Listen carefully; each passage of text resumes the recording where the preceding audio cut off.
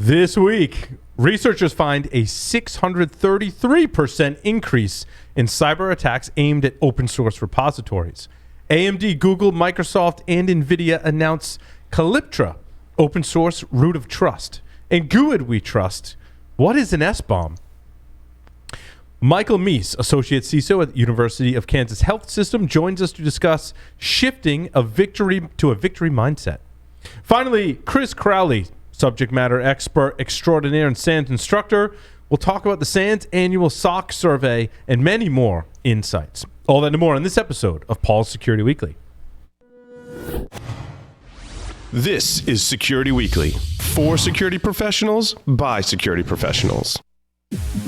Broadcasting live from G-Unit Studios in Rhode Island, it's the show where exploits run wild, packets aren't the only things getting sniffed, and the cocktails flow steady. It's Paul's Security Weekly. Securing your organization against today's expanding threat landscape starts with data. Data you need to analyze at scale. And that starts with Devo. Devo's cloud-native logging and security analytics platform can handle unrivaled, see-it-all amounts of data and delivers answers you need at stop-waiting-for-it speed. All you can do is confidently focus on the cyber threats that matter most. Devo. More data, more clarity, more confidence. Visit securityweekly.com/Devo to learn more.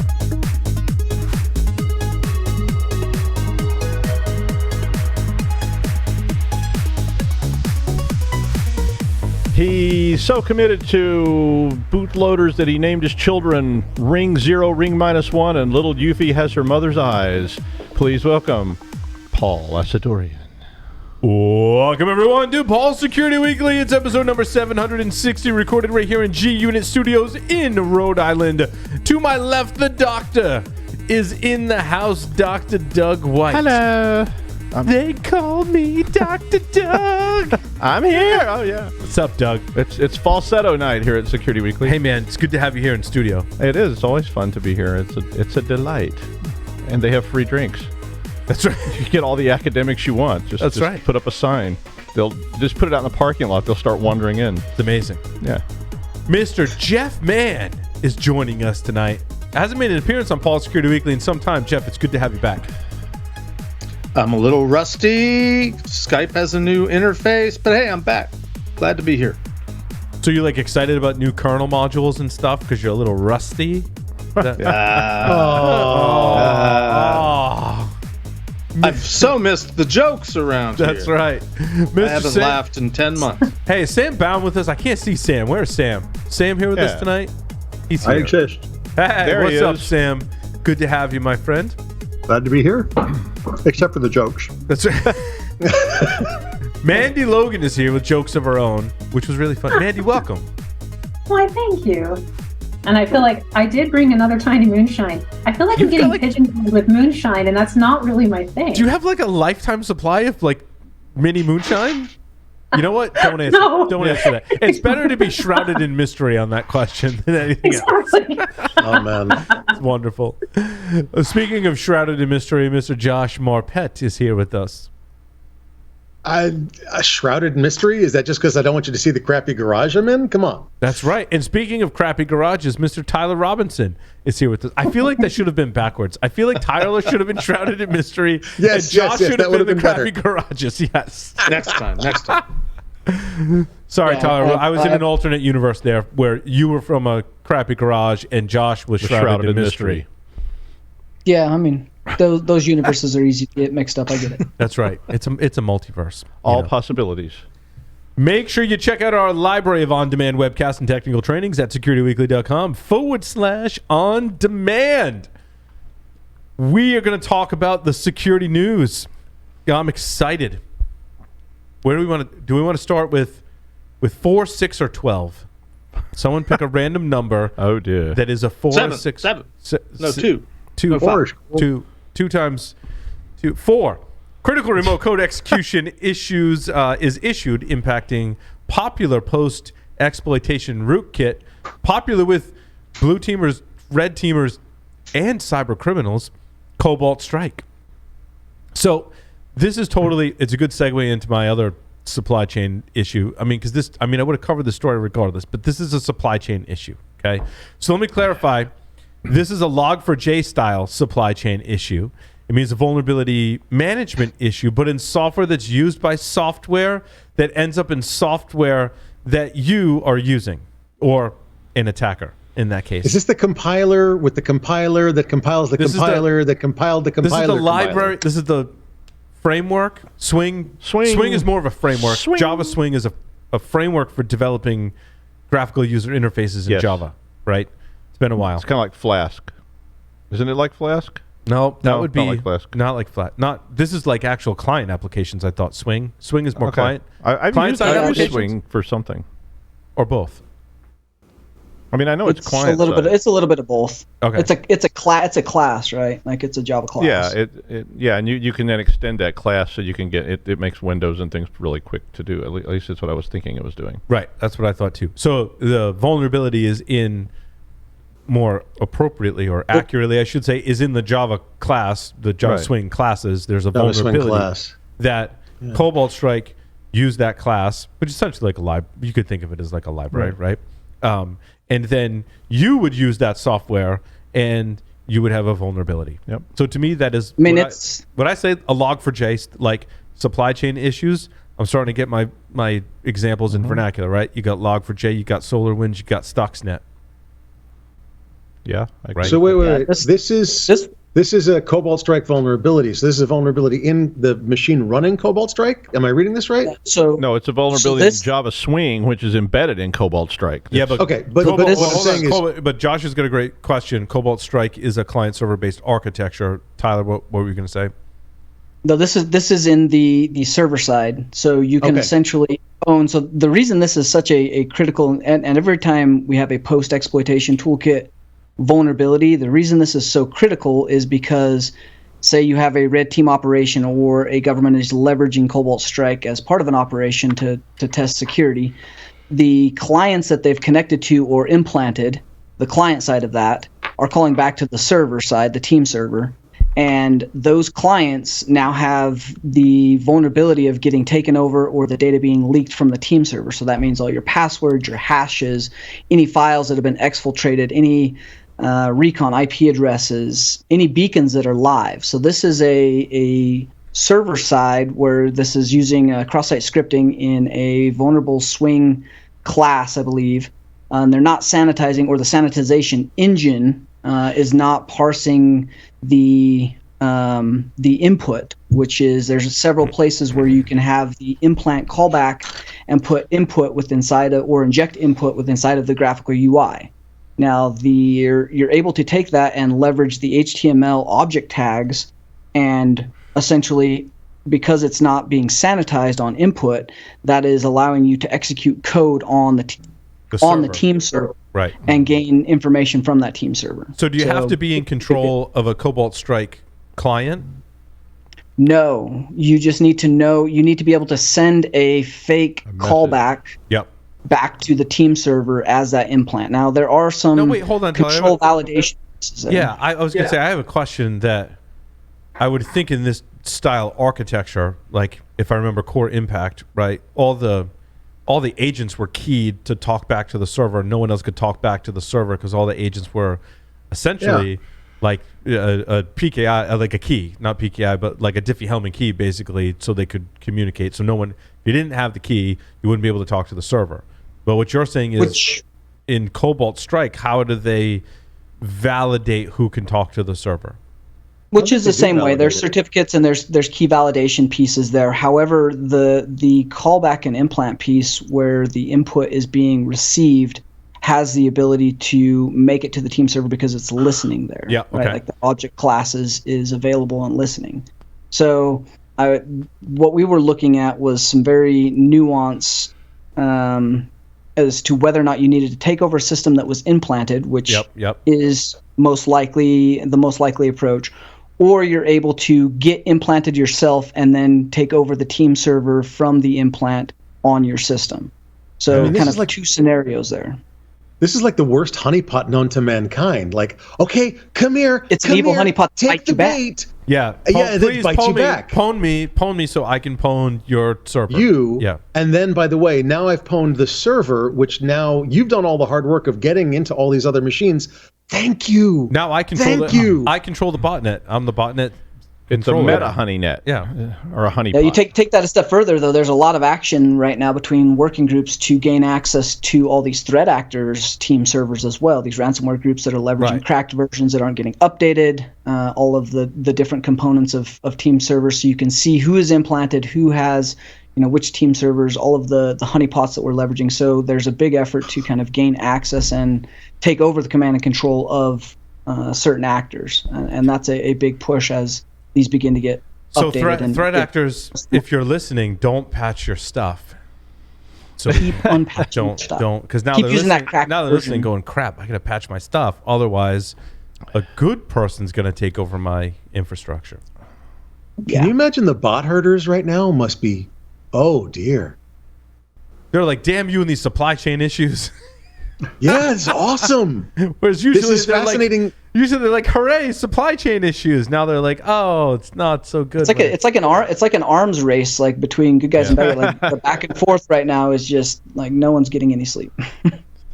I have to imagine that there's some bot herders out there that are losing like millions of bots as soon as a researcher takes it over, starts this, does some studies and then wipes code on all the bots. Well, most of the bots are leveraging their own back end, right? Like you got Emotet, you've got several others. Yeah. So they're leveraging the bots in order to either implant or as part of ongoing operations they'll inject Cobalt Strike into memory, or that's just the post-exploitation. So typically what you end up is the post-exploitation of Cobalt Strike is the ongoing operation to deploy the malware, to gain the access and leverage the environment. Now, the bots themselves are typically still maintaining that access, and they still have their back-end botnets for injecting other codes or deploying ransomware or doing a denial of service. So all of those are separate toolkits. And so this is pretty bad from the standpoint of where Cobalt Strike is being leveraged and deployed is typically an ongoing operation, and that means they're deep within inside of an enterprise or an organization, and there are credentials at risk, accounts and tokens and stuff that are all within inside of that Cobalt Strike team server. So bad day. Well, like many of these supply chain vulnerability exercises, it's three levels deep of patching, right? Java Swing's got to be patched, Cobalt Strike and any other applications using Java Swing have to be patched, and then that patch has to be pushed down to the ultimate consumer of that software. So you also have to apply a patch if you're using Cobalt Strike. So it's like there's a patch supply chain. And also to be noted, the patch itself actually was determined to not mitigate the vulnerability. There were 3 or 4 different ways that we were able to get around the particular patch, and there are other input and injection points that were not addressed as part of the patch. So there's kind of 2 additional efforts that are hopefully ongoing and receiving a 4.7.2 soon. Everyone's got to patch and then patch again. It's a lot. And then when you add the code for the patch, that's going to uncover another vulnerability that's going to require 4.7.3. Right. There you go, Vault. Yep. I did want to... Go ahead. Anything else on this? No, go ahead. Go ahead, please.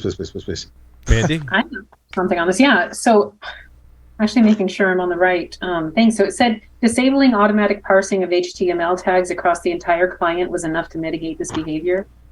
So regardless of the patch situation, that could there was a workaround. Yeah, I would label that a workaround. Okay. Does that workaround work, Tyler? And you sounds like you tested this? Good question. I don't know if that particular. I don't know exactly how you would do that on the team server unless you had your mod rewrite or SOCAT redirector in front of that was looking for those object tags with inside that class. Because just stripping the object tags as it comes in with mod rewrite. I don't know. I'll have to go back and look. There's continuous ongoing research on this right now. So. I did want to, while we're on the subject of supply chain stuff, talk about SBOMS, software bill of materials. I also like the FBOM, the firmware bill of materials, but this is specifically about SBOMS. This was coming from our friends at Reversing Labs, great company. What's what's his name? It'll come to me. In any case, they do great stuff. They had a good blog post, but I'm going to disagree with some of their definitions and analogies. So they state that SBOMs are often compared to the infamous black and white nutrition labels that most Americans used, in which all the food items, ingredients, and daily value percentages are listed. I disagree with this analogy wholeheartedly. I think that they are nothing like this. Food ingredients don't change. Once you make a food product with a recipe, it has the same profile once it ships. The ingredients have already been put together, and they don't change, and you can't change those ingredients. I mean, sure, if you intercept the package in transit, now you're poisoning. You're not changing the ingredients, right? So when it comes to software or firmware, the recipe is changing with each update. If I change a software or library or some component to that firmware, to that software package, I essentially am changing the recipe, right? Yeah. I'm swapping a component out for a new component, or I'm changing the version of the existing component, or I'm changing my own code. I mean, you're essentially changing the recipe at that. Also, an ingredient can be safe. One day, my ingredient is log4j. And the next day, my ingredient is bad. But hold on, that was the same ingredient. Like if you're using wheat flour and you know your wheat flour is good, like tampering aside, wheat flour is wheat flour. Wheat flour now all of a sudden one day is going to be completely bad. Sure, someone could develop an analogy for wheat flour, but that's not what I'm talking about. But in the case of log4j, your ingredient has all of a sudden one day gone from completely benign to poison without you doing anything, right? Just the simple discovery of vulnerability. And that's where I disagree with this analogy wholeheartedly. And it's even worse than Paul, is it better to know what the ingredients are, good or bad, than not have any idea at all? I think an SBOM should be dynamic and it should be updatable, right? It has to be. I think that is a stated goal of an SBOM. Yeah. It is, but here's the problem. While the goal is to make them not only dynamic, not only updatable, not only as accurate as possible, there's some issues. Let's go back to the ingredient list just for a second, because if you wanted to call an SBOM a recipe, I'm not going to argue with you, okay? But the problem is that when you put wheat flour in, you've put wheat flour in. But when you talk about software, what if somebody forked the code? What if somebody wrote a hotfix, they put the hotfix in, and then in the next update, they rolled over the hotfix but forgot to include the hotfix in that code? How do you version and serialize and canonicalize software when the changes can go in so many different directions? That's an interesting problem. How do you validate the gluten-freeness of that? This is the same. This is the same all problem. All code is gluten-free. But this is the gripe. Like when we first created the show, one of the things we talked about, and it was with Debian, and it was with, Debian maintains XYZ package, and XYZ package maintainers have produced a patch, and in order to get that patch, you have to upgrade from version 1 to version 1.1 of XYZ package. Well, Debian goes, I don't want version 1.1 because yes, that comes with the patch, but it comes with all these other changes and feature releases. So what I'm going to do is I'm going to backport the patch. I'm going to take just the patch out of the 1.0 to 1.1 release upgrade. I'm going to backport that. So I'm going to have 1.0-Debian 1. And that's Debian's version, right? And distributions still do that to this day. Josh, I think that's the exact kind of exception that you're talking about to this rule is if I have XYZ package, do I have 1.0? Do I have 1.1? Do I have 1.0-Debian? Do I have 1.0-Arch? Or is it an AUR? Or is it an official Arch package? Or is it Red Hat, CentOS, or Fedora? And what have they done? Have they backported the patch? Have they upgraded it? Have they taken all the changes or some of the changes? And I mean, let's go back to firmware for just a second. If you want to talk about firmware bill of material, how do you know that a piece of open source firmware or even closed source firmware, how well have they documented the updates, the upgrades, the release notes, what they've changed, how they've changed it, the libraries that they've used, all those different things? It's the same exact thing for software and firmware in a lot of ways. And firmware has suffered from a huge problem in that the release notes oftentimes are very, very brief. Like, oh, we just changed these 3 things. Like, did you fix the security patch? I don't know, maybe, but I just changed these 3 things. I feel like sometimes they change more than what they were leading on to, because it's complicated. I understand that, but you got to tell us what you changed.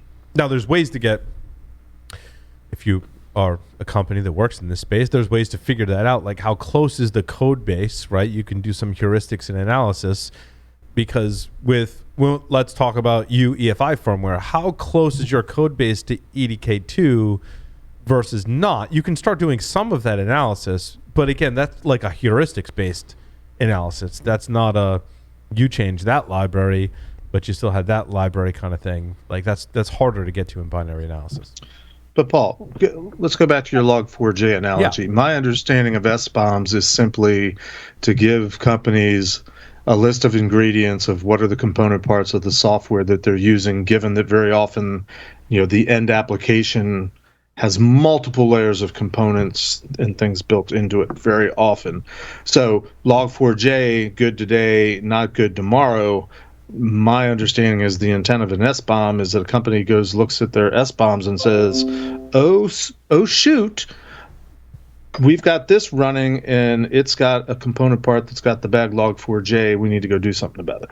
I think that's the intent of SBOM. Somebody correct me. It's one of the intents. No, you're absolutely right. It's one of the intents, but it's not the totality of the intent. I'm sorry, Mandy, did I step on you? I'm sorry. Go ahead, please. Okay. Well, actually, I just wanted to go back to that. I think it's great points what everyone is bringing up, and I personally don't feel that the ingredient part of this analogy makes much sense, just like Paul is saying. However, I do agree with the idea of it being comparable to a nutrition label by the mere fact that forced general lay people into being more aware of that, there are ingredients, and I do need to be aware of them. I don't think that ideally the SBOM would be giving everything that you need in order to be able to follow through.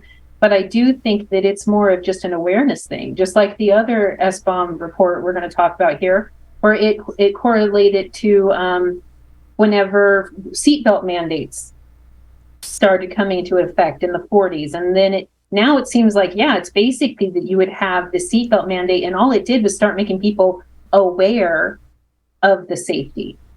And I think, in that respect, an SBOM helps to even make lay people somewhat aware that they do need to pay attention to these smaller parts of their software. Well, it's up to the individual to figure out the nutrition, right? Like what is actually nutritious. The nutrition guide just shows what's in there, which I think you're perfectly spot on. Like it brings awareness. The fat, with inside there, at least we know how many calories in the fat. Like whether or not people think fat is bad and how much you eat, that's up to you and like what you do with that from a risk standpoint. So I think that analogy plays perfectly into this, and that was a great point to bring up. I think we shouldn't be. I think the value of SBOMs for me, my disappointment is in the way we're framing this as being a reactive thing rather than a proactive thing, because I think it can be a proactive thing. I think the reactive thing is a disappointment to me because people should just patch. If I'm producing software and it's got it has log4j, I'm going to push out a patch and people should just apply that patch. Like it should just be the natural way of life. Isn't that reactive though? Based on the vulnerability? In my example, that's reactive. So your point, Tyler, like proactive, how would you do that? I want to pull the SBOMs from all of my software and I want to analyze it. And I want to go, well, if I have got all this software and they have these libraries and I look across those libraries and I'm like, well, 80% of my software is using this library, which does this function, but 20% is using that other library. And that, why are not as many people using this library when they essentially accomplish the same function? And of that 20%, I want to look and see what library they're using and how old it is. Maybe it doesn't have a vulnerability, but it's really old. Now I'm ahead of the problem and I go, or the track record of the developers, right? Exactly. Like what's the track reputation record of the developers? But there's different ways to measure reputation. I want to measure the reputation of my software and go, you know what? Maybe I want to start swapping that out because when there is a vulnerability, I don't want to be responsible for it. And you're I don't getting to it. I mean, I think it's proaction through reaction, just like the nutrition label. What? Because hang on. It's proactive reaction. Yeah, Yes. but think about it. So they wanted people to be aware. Is that like mental masturbation for you, man? Come on. What do you mean? There's a lot of action here. I'm not going to take this anymore. This derision is uncalled for. You got to pay more to take it. Come on. I want an SBOM that says that Josh is on this show, so I'll know to avoid it. But I mean, that which is my point. So yeah, what if one of the ingredients of this show just became toxic? Exactly. So the toxic ingredient. So Josh. The classic one was red dye number 7. That can be Josh. And they were trying to get people to avoid bad things by providing reaction to them, meaning manufacturers would stop using those things slow. It wasn't going to happen instantaneously. Right. So the fact that people could look at the label and go, just like they found, like in restaurants and stuff, when they put the calories on there and you go to Cafe Lux and you go, wow, that slice of cake has like 7 days worth of calories in it, and I usually eat 2. Yeah, but I've had like 4 martinis up to that point. Well, I understand. Yeah, exactly. But over time, if you go shopping or whatever and you look at ingredients and you say this has stuff in it that is not good, you may stop buying those products. I get what you're saying. The SBOM or the ingredient list should work to change people's behavior in a positive way so that they are more proactive. That's the proactive reactive. I don't use that software that has those ingredients. So the manufacturers, I got to do something about this. So I completely agree with you. I mean, so that means we should eradicate PHP from our environments at all costs, just like we do with sugar, not fat, because sugar is the enemy. So I like your idea, and I wish that my software had some kind of an active environment that could say this has changed to version whatever, and that's a problem. So it's almost like a totally dynamic SBOM label that's sort of sitting there in the corner of your screen, turning red. It's getting redder and redder as you patch. And go, oh, now I've patched this into a really bad place. So, I think you could also have the potential to isolate and begin to evaluate the business risk from the standpoint of where particular libraries are located, and based on the type of library it is, like, do they have Java inputs? Okay, so there's deserialization possibilities there. Now we're able to isolate individual software packages across the board from libraries, which we otherwise do not have visibility into now. So obviously this has to be better because we get more visibility no matter what. But it almost it's just whether or not they're trying to build a tool of this, though. It's almost like you had to take the nutrition label, though, and expand it all the way back to a seed. It's not just wheat flour. It's like all the way back to the seed and the things that were sprayed on the seed and the things that were... Well, that's the gluten, fertilizer right? was used. GMO. What fertilizer was used? Right, and exactly. What was it GMO? Did they use DDT on this when they were growing? Because they don't do that on nutrition labels, and that's kind of where you're going, is that you want a much more gestalt view. Yeah, that's not a nutrition label. Like if we talk about meat, for example, right? Like there's grass-fed, grain-fed, farm-raised. Now you're buying certified.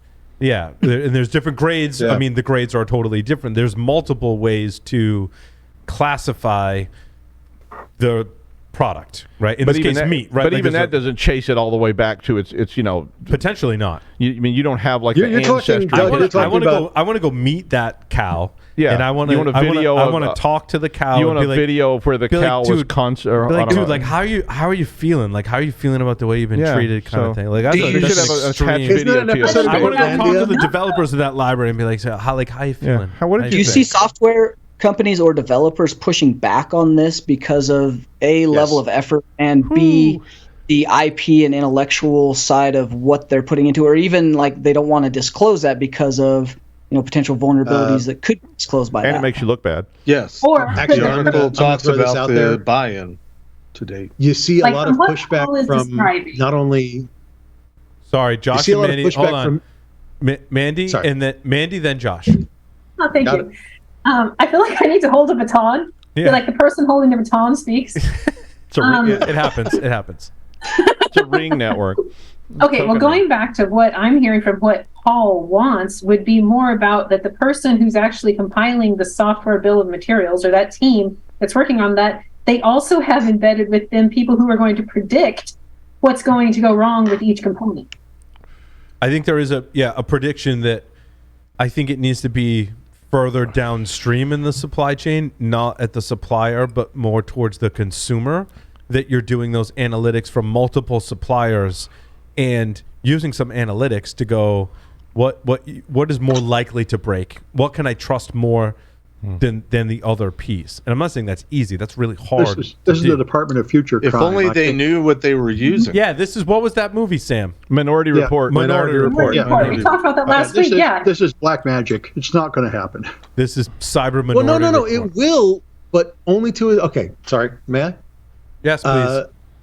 So a couple of things. Tyler, your point about is there going to be pushback? There already is.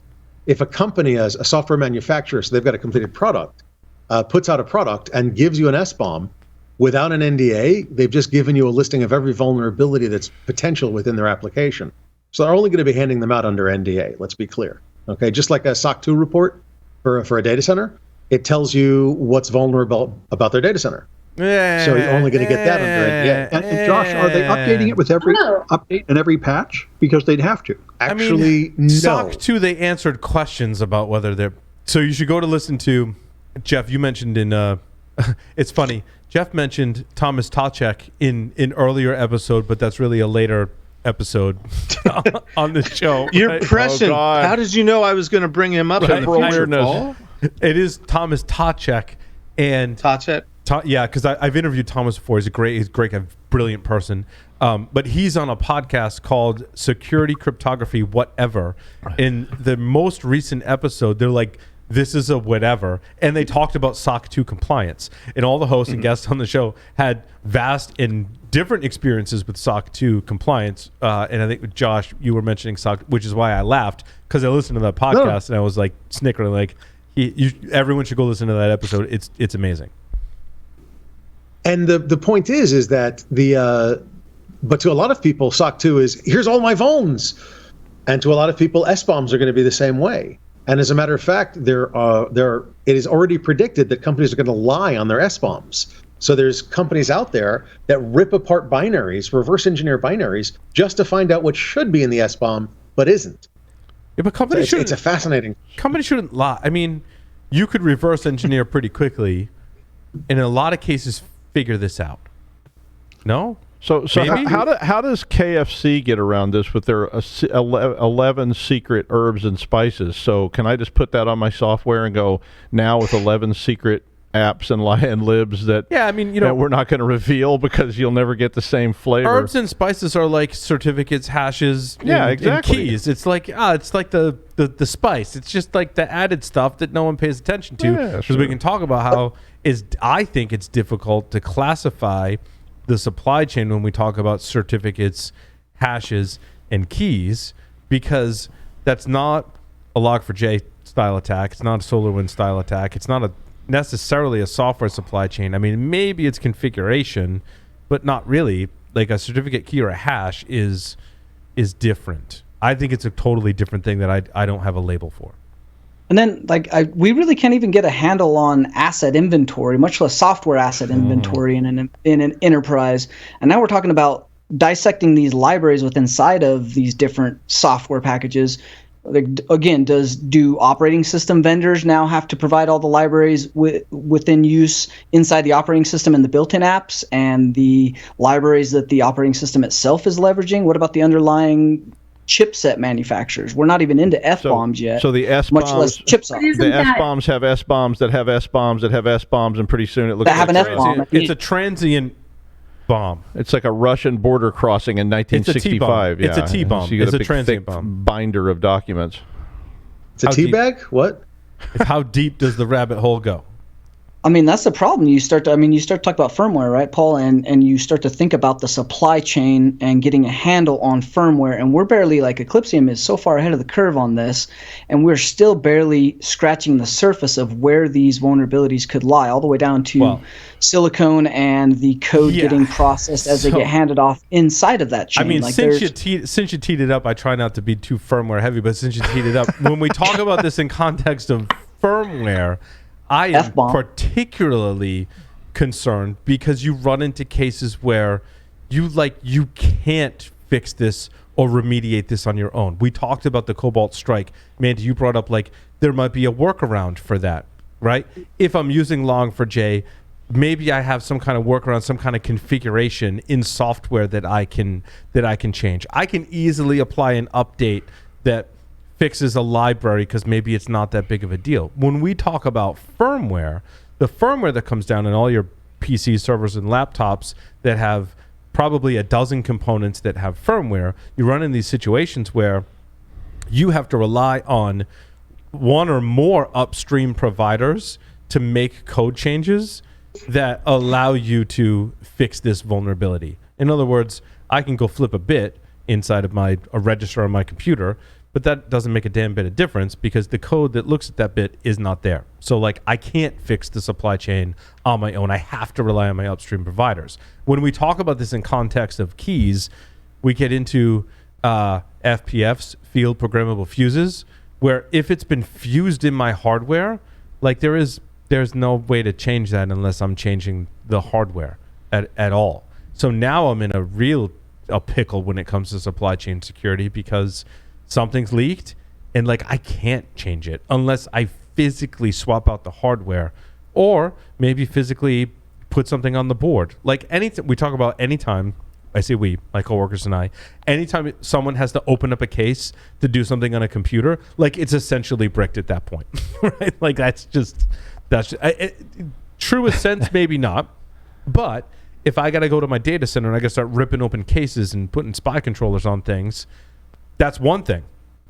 The second thing in that supply chain is when you release updates for firmware, the manufacturer maybe not is giving you all of the information or data you need to rebuild your entire spy flash, right? So your spy flash is storage that holds all of your firmware and data.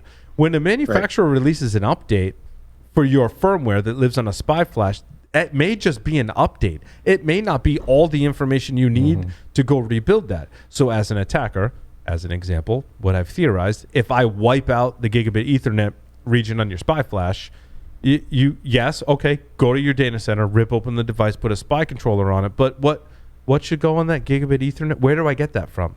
There's another supply chain issue. How do I get that? Now I also have to match the make and model of that hardware with the right data that should live on the gigabit Ethernet. So even if I can get it, I got to be really careful because I could brick and or render, in this case, the gigabit Ethernet inoperable on your computer.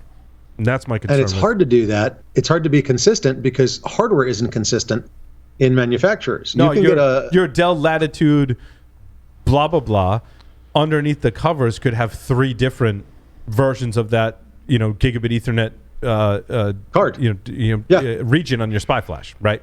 Yeah. And the hardware could be vastly different.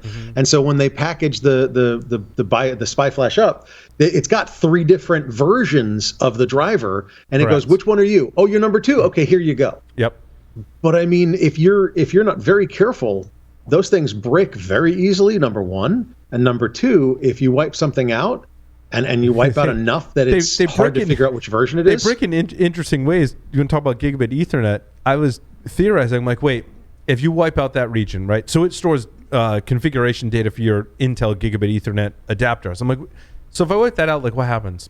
Like, does the system brick is one possibility, or does it wipe out functionality for all of your gigabit Ethernet adapters? And I'm like, oh, but what if you use Intel's AMT, using Intel ME to have out-of-band access, or maybe your BMC to go wipe that out? But what if that relies on the gigabit Ethernet region? That means I've just wiped out Ethernet for that system, regardless if it's in the operating system or the underlying base management controller, which means I've knocked your system offline and you physically have to visit that system and hope that you have all the right hardware and firmware to rebuild that, or your server's not coming back online.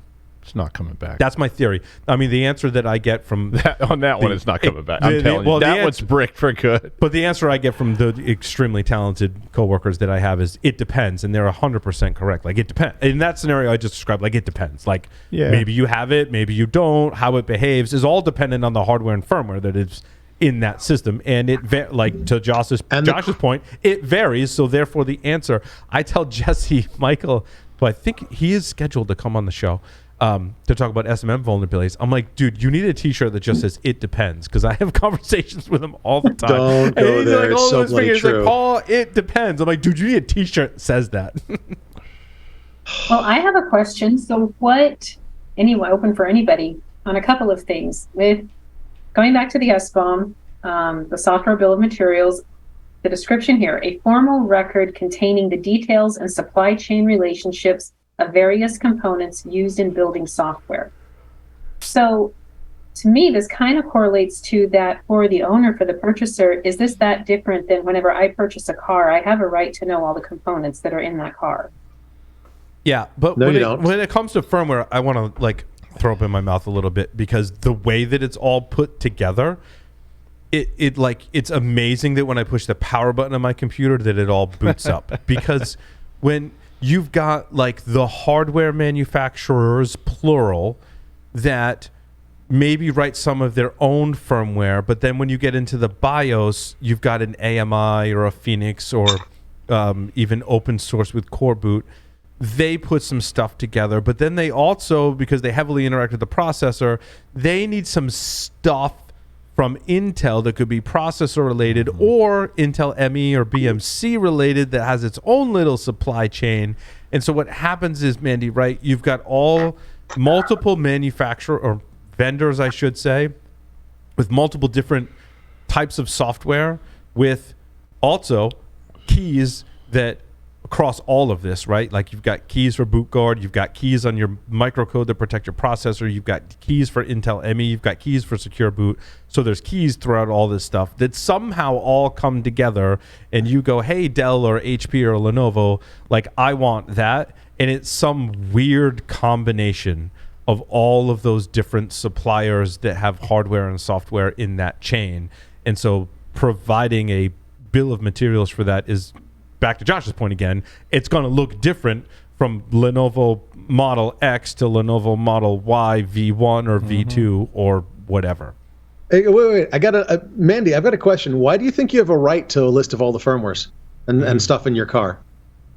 Is that a right to repair? I was just talking about like physical components. Like I will need to know what alternator or whatever it takes in order to replace it, in order to work on it. So let me ask you a question. I think we should have that right, but I think Josh is saying, do we have that right? I don't think you do. Right. Well, no, we don't. We have a right for the physical components. It's sort of assumed. It is not explicitly called out, number one. And for the software components, it is absolutely. I mean, look at Tesla. Look at Tesla. I sell my Tesla. Right, I sell my Tesla, and they go, "Oh no! Like all that software that we licensed to you, like that doesn't transfer. That doesn't transfer to the next person. That next person to buy it all again." You can spend tens of thousands, hundreds of thousands of dollars on software in your Tesla. That if you buy another Tesla, they'll happily put it on your next Tesla, but it doesn't go with the Tesla. Same thing with John Deere is similar, right? Huge. John Deere, they were licensing the navigation components and the firmware on the tractors. Literally the operating system of the tractors to them. And they said, well, you can't fix it. They were like, well, you're going to have to wait 6 days for a technician to come out there. Like, my harvest ends in 3. I need him here now.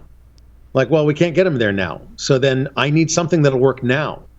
Well, you're going to have to wait 6 days. They're going to lose millions of dollars.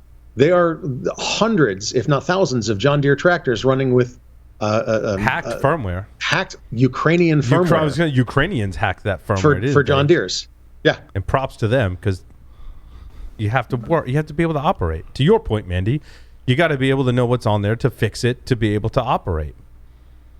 And I mean, Gray Fox on Discord is even saying, look, we can't handle the truth. Seeing an SBOM or FBOM might just make things worse. Yeah. Yep. Well, I guess this goes, my other question is just the actual process, the process of going through SBOMs being required. Doesn't that bring some sort of transparency, and then in the long term, perhaps a greater influence on actual security measures taken for the components?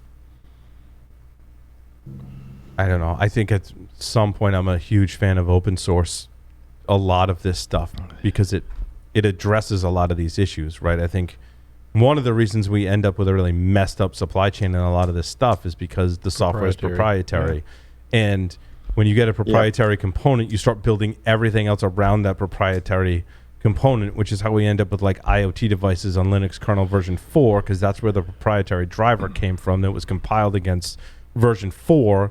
And now I got to basically build the rest of the system against that. And manufacturers are going to fight that every step of the way because just like a T model Ford, my dad could take that vehicle apart and put it back together again. But with a modern car, just the fact that you want to, look at the menu, they may say, oh, you have to buy an add-on pack. Audi, it pops up and says, oh, you have to purchase this add-on license in order to even look at this, and on and on and on, because they don't want you to see it. Right. And whoever it was on Discord that said, whoever said that we can't handle the truth. I think, just like the nutrition people, they didn't want that either. They didn't want people to know what was in the food, and they didn't want you to know that it was being made out of motor oil and weasel fat or whatever. And so they, hey, you wouldn't believe the stuff they put in food, and but they don't want you to know that either. It's just like it's a secret recipe handed down from generation. 11 herbs and spices. 11 herbs and spices, and just a touch of weasel fat. Like the old Twinkies that had the pyrophosphates as a sweetener. Yeah, but old Twinkies were the best, man. New Twinkies are nothing like the old Twinkies. I'm a huge fan of Twinkies, and I get a Twinkie today, and I'm like, this is not like when I was 11. This is not the same Twinkie. It's like those Alka-Seltzer Pluses I used to use to get through when I was sick. And then they had to change it because people kept dying. And, I was like, man, and we were literally looking for the ones that had the ingredient that was, bad because the new ones don't work so well. What was the, never mind. Yeah, it was something that caused you to have like brain hemorrhages and stuff. It was really bad. But boy, did that stuff work. That explains a lot about you, Doug. Yeah, it does. It does. That explains Let me tell you, they worked. You could go play racquetball with the flu when you took one of those. Well, so I want to talk about Black Lotus for a bit. So Black Lotus is something that was uncovered to be for sale on, would you call that the dark web, Tyler? I don't know if that's necessarily how would you label it? The deep web. It was the deep web. It's a great web. It's a hacking forum, invite only kind of. It's one of the many. Like it's like XSS.is or it is. There's a million, like the old raid forums. Like to get into the forums, like you actually have to be vetted. You have to have a background. You have to actually pay a little bit here and there. So yeah, there's it's not like the dark web. It's not necessarily like on the Tor dark web, but it's more like it's an invite only. Yeah, it's more like a BBS. So Black Lotus was found on the invite only web, we'll say. Its claim it's able to disable security solutions, including hypervisor protected code integrity, which is what Microsoft wants to claim, or tries to claim, I should say, to prevent against vulnerable drivers or bring your own driver vulnerability. It's one of the protections, hypervisor protected code integrity. It claims to also bypass BitLocker and Windows Defender, which is like whatever, anything can bypass Windows Defender. That's a separate topic. But the rootkit is able to bypass security defenses also like UAC, which, I mean, you can find a GitHub like I did this week that gives you about a dozen or more ways to bypass UAC, and secure boot, which is kind of interesting. I mean, there are ways to bypass secure boot. We can talk about that. Able to load unsigned drivers, which is also another discussion in of itself, and used a broad range of malicious activities. So, like, a lot of that stuff in that description is interesting, as I pointed out, but like the secure boot bypass is one that I thought was kind of interesting. If you're selling something for $5,000 that can bypass secure boot, it either means a couple of things. One, that you've basically taken Jesse and Mickey's, my coworkers' research, one bootloader to load them all from DEF CON of this year, and you've managed to put a vulnerable bootloader on the system, which has a vulnerability that allows you to bypass secure boot. I did a webcast on that with John Lucades, and we talked about that. And I mean, you can't go watch Jesse and Mickey's presentation, but you can get the slides, and I linked to the GitHub for that talk where you can get the code. So I'm like, oh, if I'm an evil, malicious, bad person, I go get Jesse and Mickey's code from GitHub, and I find those bootloaders, and I go start reselling it for $5,000. Wouldn't that be, I guess, not funny like haha, but like funny? But the other plausible scenario is the person selling this has found a 0-day vulnerability in a popular Microsoft bootloader, in a Windows bootloader. That would be like a huge, what a bargain, man. holy crap, would that be a bargain? $5,000, like either they're selling the shit out of this or there's something. They forgot a couple of zeros, Tyler. If they've got an OJ for Windows bootloader, they forgot a few zeros. It says they will take $200 payments. You can go to payment plan. Yes, you got a payment plan, but I mean to get a hold of this is not a trivial issue. What's the VIC? No. Is it a VIC? Is the mafia used to call it when you take out a loan? How many points you pay? The VIG. Is the VIG. The VIG. The VIG. Yeah, the VIG. Yeah. What's the VIG? The VIG. Tyler. Yeah, I mean, it's a very interesting kit. It's highly sought after. Many of us have been looking at it, tearing it apart. Our friend Bob. Access. This is where we talk about our friend Bob. Has told me that they're after. He's after this. Yeah, it's our friend Bob. Yeah, Bob's been working on figuring out what's going on here because it's very interesting. This is very much APT style and APT level kit. This is a lot of what we'll call it. Is it though? 3 to 5 But at what point, Tyler? I would stop you there. At what point does this just get embedded in all the kits? Well, that's the thing is when you start thinking about or talking about APT and you talk about the TTPs, if you're seeing it and you know what it is, most likely this is old kit. This is something that they were probably leveraging 5 years ago. Right. So that tells you kind of the state of where we were 5 years ago, and we didn't even have awareness of this level of access, and they were embedding stuff well before we were even looking for it. So now we're past that. So now what are they embedding and how are they leveraging their access and maintaining persistence outside of these kits that are common, crimeware and crime?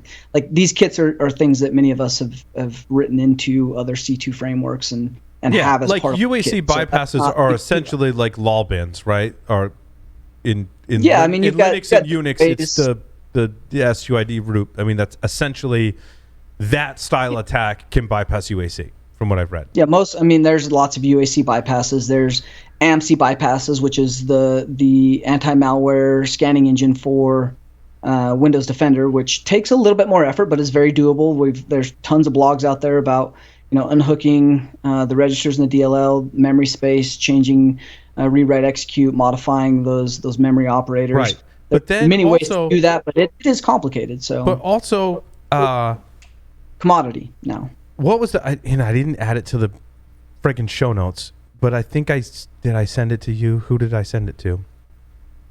Nope. I sent you something different, Tyler, on a completely different note. But there was one. Microsoft wrote up a thing this week that talked about loading kernel drivers and loading that kernel driver. I think I was talking about this with you, Tyler. Loaded a kernel driver. I did send it to you. Mm-hmm. Loaded a kernel driver that then searched for leveraged undocumented functionality, and Microsoft blogged about this week, undocumented functionality to then call essentially like a Windows API to kill processes. And the processes they were killing was maybe a couple of dozen, but I didn't count, but like a couple of dozen processes that are associated with AV and EDR.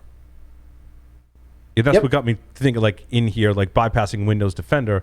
Windows Defender was one of those ones where the attacker gets on the system and goes, crap, what I want to load is getting swallowed up by AV or endpoint stuff. So therefore, I'm going to load a kernel module, and in that kernel module is going to give me functionality where I can just go kill the AV or EDR. Then I can load whatever I want and ransomware the system. Now, the Microsoft article that I linked to, which, crap, I wish I got it for you. You got it. I just put it in. Yeah, I just put it in there. It was the Microsoft security blog. Yeah. A case for post-ransomware investigations by the Microsoft Detection Response Team, or DART, right? If you follow this rabbit hole, what I thought was interesting, when they get to the point, they talk about Cobalt Strike, which is kind of interesting, then SSH, WMI, basically skip that, PSExec, yawn, remote desktop protocol, keep scrolling volume shadow copies, okay, 2007 called and they want their technique back. Disabling antivirus is the section that you want to read. Disabled Microsoft Defender antivirus on multiple devices after files have been quarantined. They turned it off. You scroll a little more and you get to the kernel driver section. And the kernel driver section goes, they used an Avast anti-rootkit driver. Then there's a link to Palo Alto Unit 42. Is that Palo Alto? Yes, Palo Alto's Unit 42 released a blog, and then you got to read through that blog, and I looked at the table of contents to local privilege escalation lateral movement, nope. You got to scroll through a ton of stuff in this blog to where they talk about a Mandiant thing that goes back even further. And essentially all of this stuff is talking about different, where is it in this article, Tyler? In the Unit 42 one. Yeah, it's defense evasion. Is it under? It's under defense evasion. Defense evasion, yeah. Right. They talk about some really funny names. APC helper.sys, it targets and terminates security products. And APC helper.sys, is that a kernel module, a kernel driver? That's a API call or a sys call. That's the sys call, right? They use the driver's using, I believe. And Lapsus used the leaked NVIDIA certificate to sign a driver that then gives them elevated privileges so they can call stuff and start killing processes such as AV. But then with a built-in function, though, that's kind of the key differentiator. You can write in your own functions that kill AV products, but this is leveraging a signed and valid binary that has the function within side of the code itself to find and kill AV products as part of its code. So which is interesting because they didn't have to write the function. You just got to find a driver that has that function, and whether it's signed or not, either it's signed and I just use it, or it's not signed and I find a leaked your certificate or in key or whatever, and I sign it. Therefore, Windows kernels is like it's good. But the other part of the story was. It overlaps with the list of targets previously observed in the tool called Burnt Cigar, which I thought was hilarious because the tool is called Burnt Cigar, that Mandiant found. So then you got to click that link to Mandiant, and you find a post from February of this year that is Exchange of Pace, UNC 2596 observed leveraging vulnerabilities to deploy the Cuba ransomware, which used yet a slightly different technique, Tyler, right, of what we're talking about. Because I sent all this to you earlier, and I was like, Tyler, I'm really confused. Can you explain this to me? What is going on? So we kind of need an evil SBOM. This is an evil. It is almost what? Like vulnerable drivers. Bring your own vulnerable driver. Dan Gooden has a great post and some tweets out there about this of like what's happening now. How Microsoft doesn't have protections, or not even like Microsoft not only doesn't have a great answer, like they don't have a freaking answer, nor do they want to give a freaking answer about how to prevent this stuff. And my whole thing with the NVIDIA cert, just to hop on that for a moment, is let's say there is an NVIDIA cert that leaks, and Microsoft, if they wanted to, they could push out a Windows update that revokes that cert. Yep. But if I'm using an NVIDIA driver that is signed with that certificate and Microsoft revokes it, guess what happens when I reboot? And I'm just theorizing here. I'm pretty sure my display driver doesn't load, which means I don't have a display, which could be really bad. That's a mild way to put it. Yeah. Anyway, I'm off my drivers, kernel level rootkits are, we've seen these kits come out. You start to talk about those UEFI kits, and that's even worse. Like that's even deeper. Yeah. Kernel level. We're talking rings. Kernel level is ring 0. Ring 0. We've talked about in the past, like hypervisor ring -1, SMM ring -2, Intel ME ring -3. We're not even in the negative rings. We're in ring 0 at this point. Yeah, it's a little bit spooky how good some of these kits are getting and how readily available like the code is for commodity stuff. Like building in all this stuff is getting to the point where most good ransomware is push button and or has the sophistication of 5 years ago APT level. So it is getting very difficult to detect unless you're building those layers of defense. And really, that starts all the way from the prevention side, because you get to that kernel level rootkit side, and you're talking about getting to that negative, that ring -0, and long-term implants that persist past your OS wipes, which many ransomware, that's kind of the holy grail, right? Like you do an incident response, they go wipe all the systems, they bring them all back online, you re-ransom them, and you start over again, and now you can negotiate a higher volume. So this is this is a problem. My question, though, and this is a very controversial question, and I've looked into it a little bit. And if our friends are listening that work for EDR companies, and I know many of you do listen, right? What I've been reading is there's this chicken and egg kind of fighting problem going on that attackers that we've just laid out for you are pushing into kernel level drivers to bypass EDR protections. What I've read from the EDR and AV side is that some of these actually can detect and or prevent this style attack. My question is, who wins? If the attackers are using this technique to load a kernel driver, to persist deeper into the system and gain a higher level of privilege, to then go disable the EDR, how can an EDR vendor claim that they can detect or prevent this attack if it's being used specifically to disable your defensive technology? And I know the answer is like, it depends. It depends. But come on the show. Let's hash it out. Like, come on the show. Let's hash it out. I want to know. I think this is a really relevant discussion. I think it ties into Dan Gooden's latest blogs that he's released and discussions that he's having on social media as well. Going, do you want an EDR vendor on the show for that? Who wins? I want the right EDR vendors that can have this conversation and offline. I mean, I really think EDR vendors, right? Like the EDR vendors are at that point where their whole goal is to be able to claim that they can protect against commodity malware, right? Like their whole thing is their ability to handle and do commodity malware and or most ransomware out there. Now, I disagree with their ability to do that because we see this and what is out there for pen tests, red teams, toolkits, like with a little bit of modification. At this point, that's a cat and mouse game that, yes, many of these places have good heuristics and take serious tuning. No one is deploying that. It all comes down to configuration. There's places that have so many layers and have such good heuristics and good baselines that they can do that. But that's not the majority. So that claiming of the 80% is really out of the box. Are they doing 80% of what is signaturable? And are we back in the early 2000s where we're relying on signature base and we're not even catching, we'll call it medium level sophistication of 3 to 5 years ago APT, which is for sale for $5,000 on, online. Like that's the state of what EDR is getting to, where we have to have so many tools in the SOC and NOC in order to just baseline protect an environment and an organization. We're not able to do that very easily. Now, I'm not saying that's impossible. I think Microsoft is going to say, well, you shouldn't let anyone get that level of privilege on your system. That is their response. That's what Microsoft says, right? That's Microsoft's canned response to all of this stuff. Is, well, you shouldn't let an attacker on your system, and if you let an attacker on your system, you shouldn't let them gain that much privilege to disable all this stuff. And that's a bad answer. That's a horrible answer. That's like never Ford saying, just don't let anybody hit the back of your Pinto. Yeah, that's like Ford saying, just don't get anyone access. Yeah, and then you'll be fine. Right. I mean, that is a great example, Doug, honestly. Like, no, it is. Yeah. I mean, how that works. So. But no, it's the absolute don't get compromised. Truth. Okay.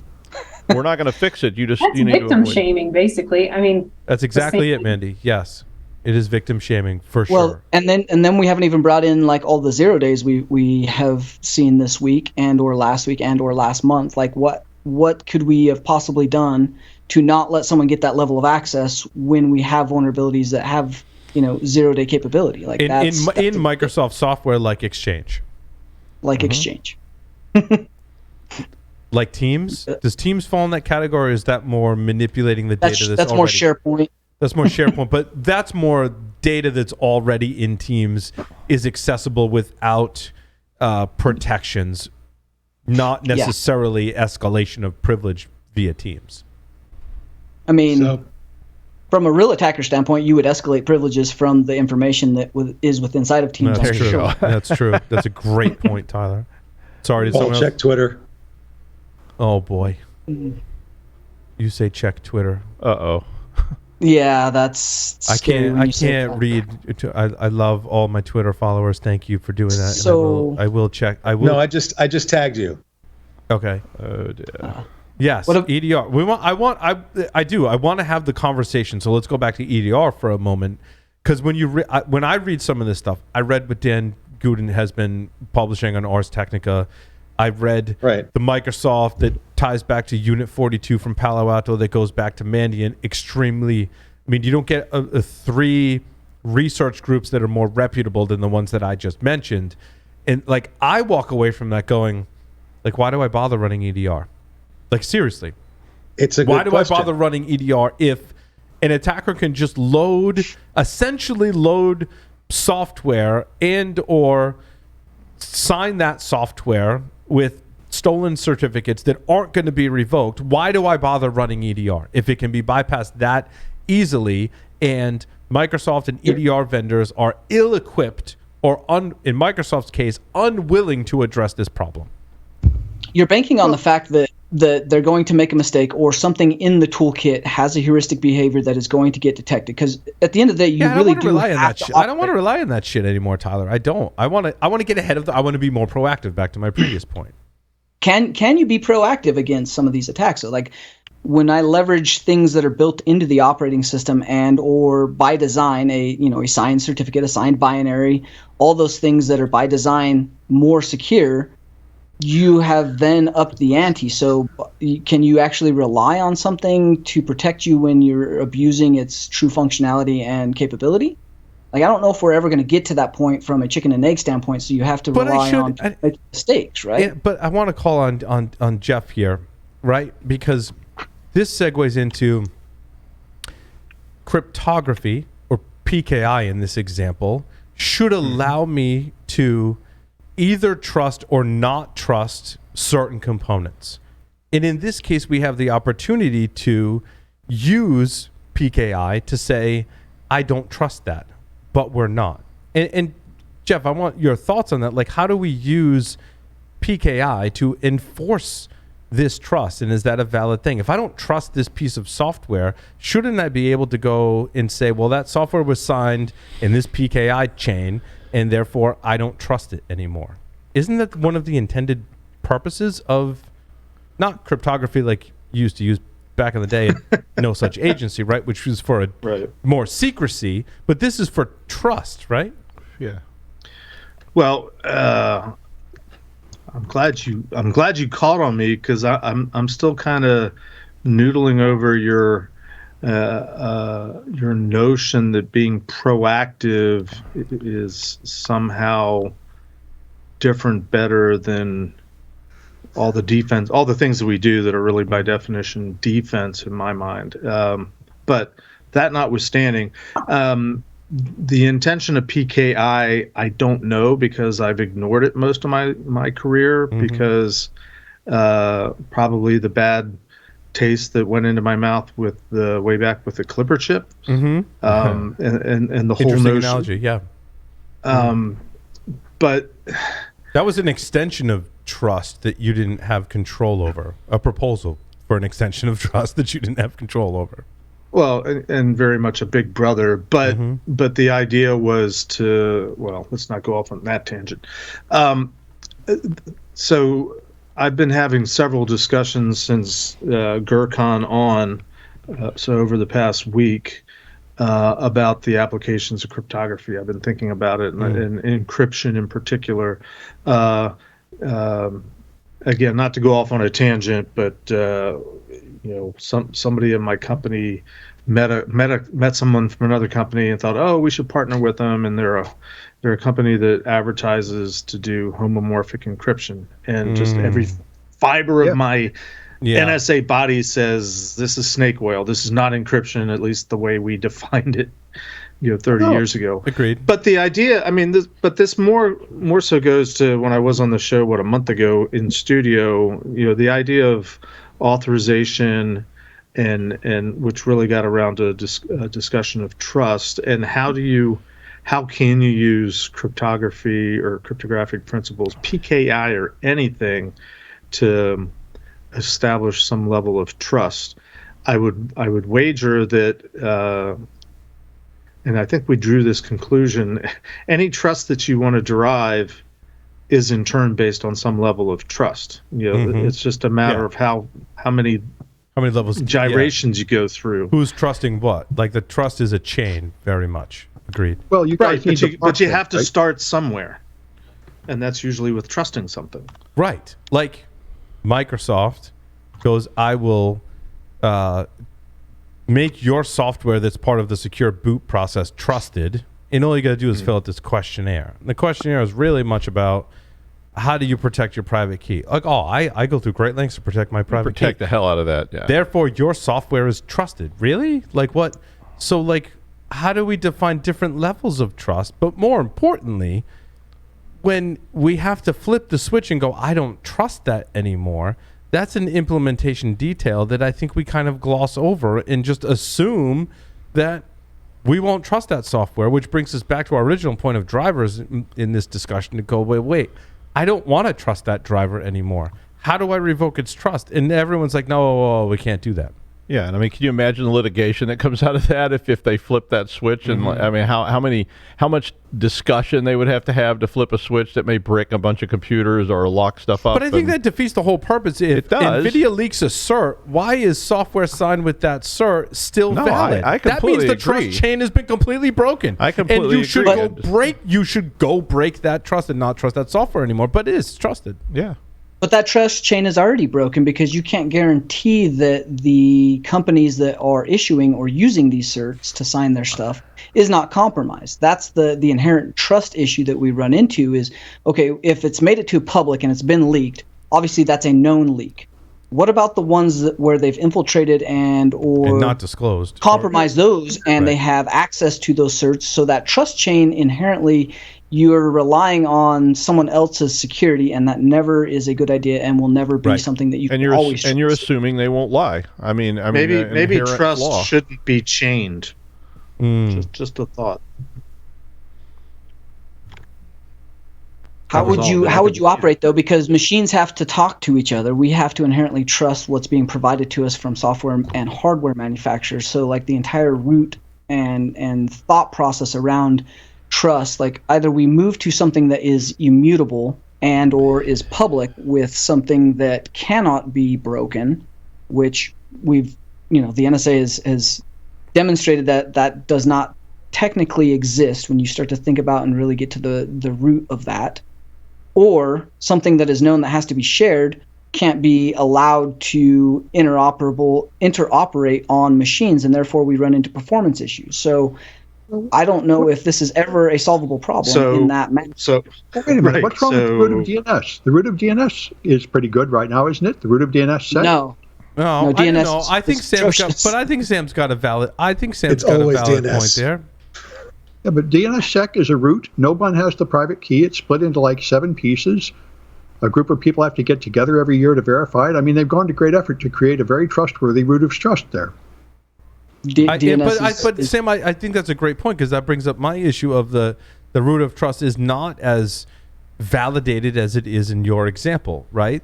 The root of trust is, I'm going to assign this driver, and if the manufacturer of that driver that has the private key leaks that private key, I'm going to go, whatever. Like, that's not...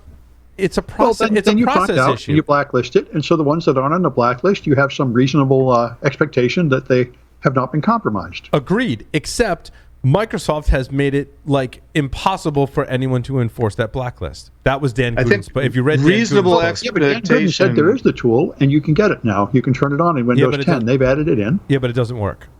This might be a totally different. They supposedly patched it, and now it will work. Yeah, this is a slightly different issue. Is that if the revocation process and/or software has bugs, that's a separate issue from like how you construct and preserve the root of trust, right? Like software bugs, are separate from the intention of breaking that trust. Sam, but even the normal PKI gives you reasonable security.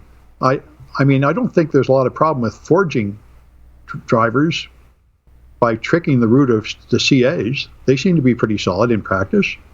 Yeah, I mean, it depends on what is doing validation. Right? I mean, didn't we have that with? It wasn't Stuxnet. What came after Stuxnet? What was the? They reversed MD5 to. Sure, they did that just once as a MD5 hash collisions. MD5, but I mean, we could count on one hand essentially where that in practice has led to that, and to me, and I think to all of us, right? If you can count on one hand in the past 30 years when that's been a valid attack, if we're putting an enormous amount of resources to preventing those attacks, it's probably unfounded, right? Like at some point we have to trust that process, right? So I'll give you that, for sure. PKI is pretty solid. DNSSEC is pretty solid. But it's always in the implementation, and I think that's what we're calling out in this Microsoft example is in the implementation. Sure.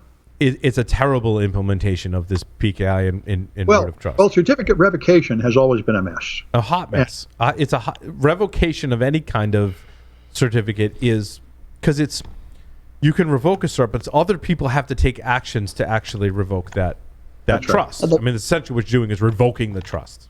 Well, now you're overlooking the obvious solution, which is to put it on the blockchain. You know, I think a week or two ago, Sam, I would have opposed and said, if you're like the diagram, like, is it cryptocurrency? Then blockchain, yes. Is it not cryptocurrency? Then like blockchain, no. I'm coming around to the idea that in the context of this conversation, you and Tyler, like, you guys are not wrong, right? Like, if you had your driver signed on the blockchain, then you would know that everybody had it, the whole list up to date all the time.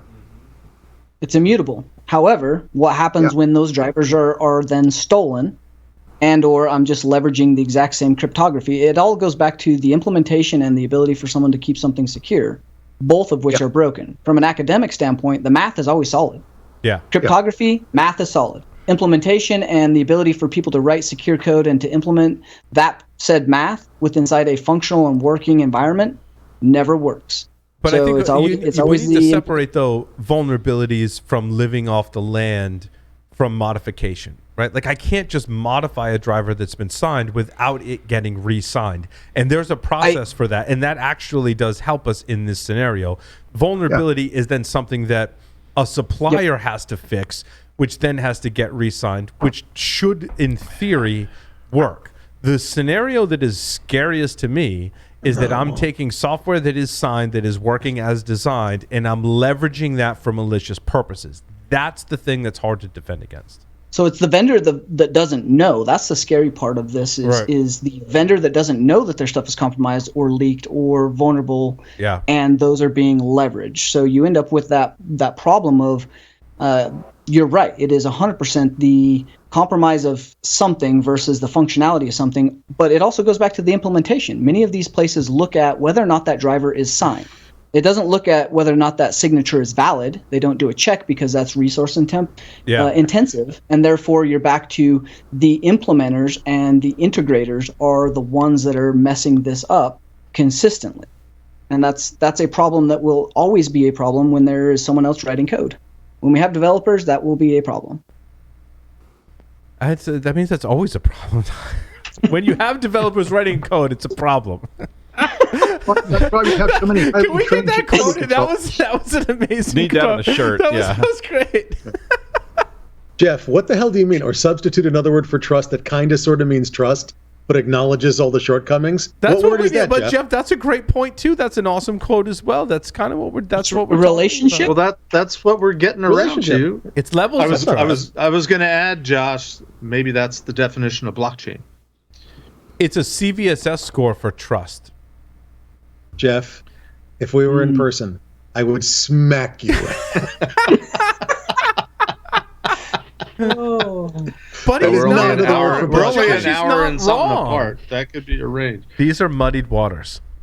Yeah. They're muddied waters, and much like the conversations I've been having about encryption and homomorphic encryption in particular, and the slow epiphany is not the right word because that implies a positive realization. I've come to the conclusion that I've come to the conclusion that cryptography in the private sector is not at all what we used to do in the government. And I actually wrote a report on homomorphic encryption. Call me later if you want to talk about it. I don't really. Josh is going to get 0 calls. I think it's very on that subject. I'm going to call you, Josh, but we're going to talk about different things. We're not going to talk about the paper you wrote about homomorphic encryption. Love you, man. But what I'm trying to say, Josh, is we've got. I'm sorry. Go ahead, Manty. I was going to say on calling him, I think you need to make like an early 90s style, one of those chat line. A 1-900 number. Yeah, 900 number. Homomorphic encryption. It's only $12 a minute, and Josh will say it really slow. Welcome to Josh Marpet Homomorphic. No. That's kind of how I look at when I call. That's how kind of look when I call my friends. Like it is a 1-900 number. I'm like 1-900 supply chain. Like goes to Josh, right? Like 1-900 Windows kernel drivers goes to Tyler. 1-900 press 1 if you want to talk. 1-900 PCI goes to Josh, right? Like 1-900 counseling goes to Mandy. 1-800 hardware goes to Doug. There you go. Our hosts are lonely and standing by. God, if I can respond horrible. to Josh and finish my thought, I think that maybe perhaps we need to come up with alternative language, different language, because we throw a lot of terms around that some have more classical meanings, some have more dictionary definition meanings, but the idea that something is good enough given all the other possibilities, or maybe it isn't good enough, but that's different from trust. Yeah. This thing that they call homomorphic encryption is doing something, and maybe it's really cool and neat and mathematically provable someday. Just don't call it encryption, because it's not by definition encryption. Encryption protects data from being compromised and being interpreted at all. It protects the data. That's the point I'm trying to make. Is maybe we need to come up with different terminology.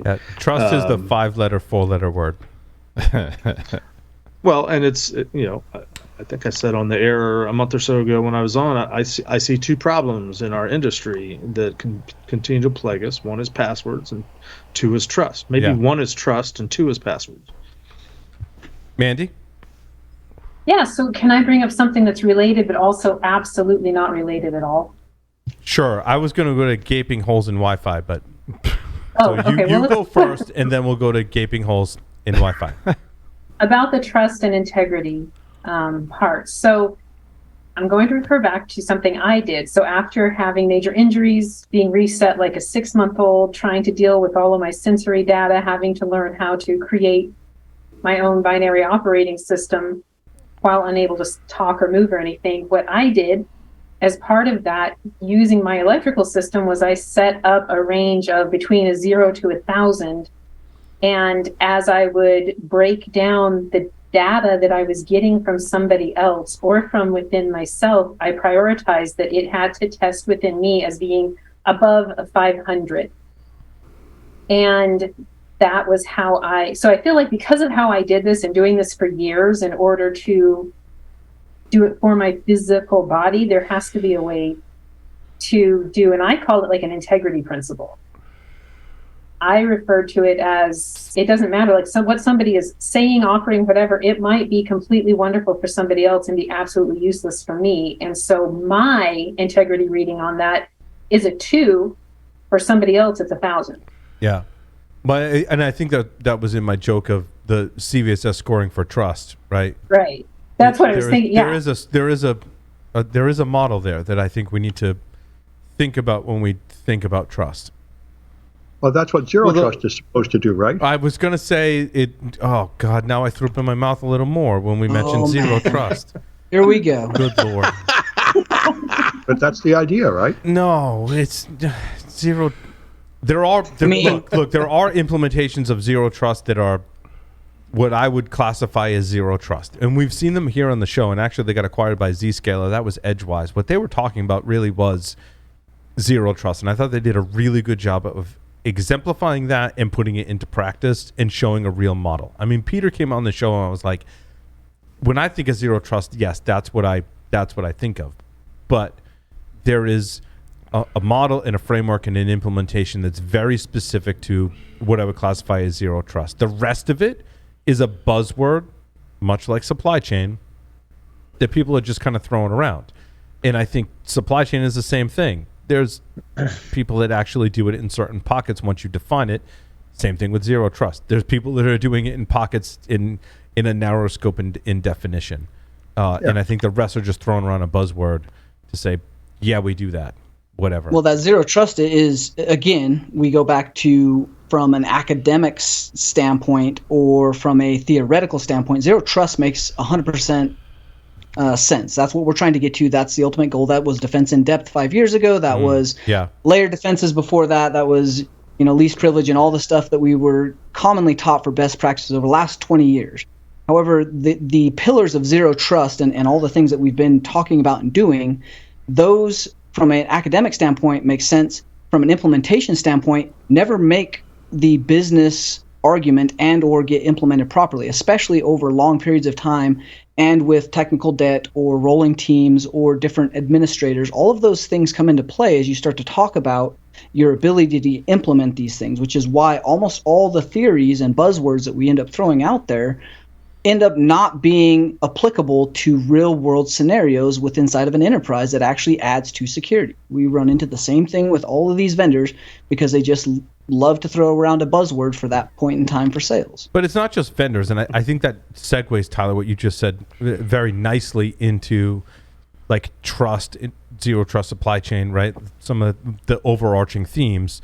But this also relates to my story number 16, right? Linux fixes 5 gaping holes in Wi-Fi. Look, there's going to be vulnerabilities in things like Wi-Fi drivers. There's a certain level of complexity, 1 in the Linux kernel, 2 inside of device drivers, and 3 inside of Wi-Fi, which is a specific implementation of that technology. What I find interesting is that one of the comments on this article, and I like what I think it's Security Boulevard that does this. They kind of cover the story at a very high level, and then they like grab quotes and sections from other people's opinions on it, and I think it's great. Are you going to say the network drivers running in kernel mode? Please tell me that. Yes. So I think this is a great discussion point. I'm not saying I agree with it, but someone posed a question or statement. I guess it's a question.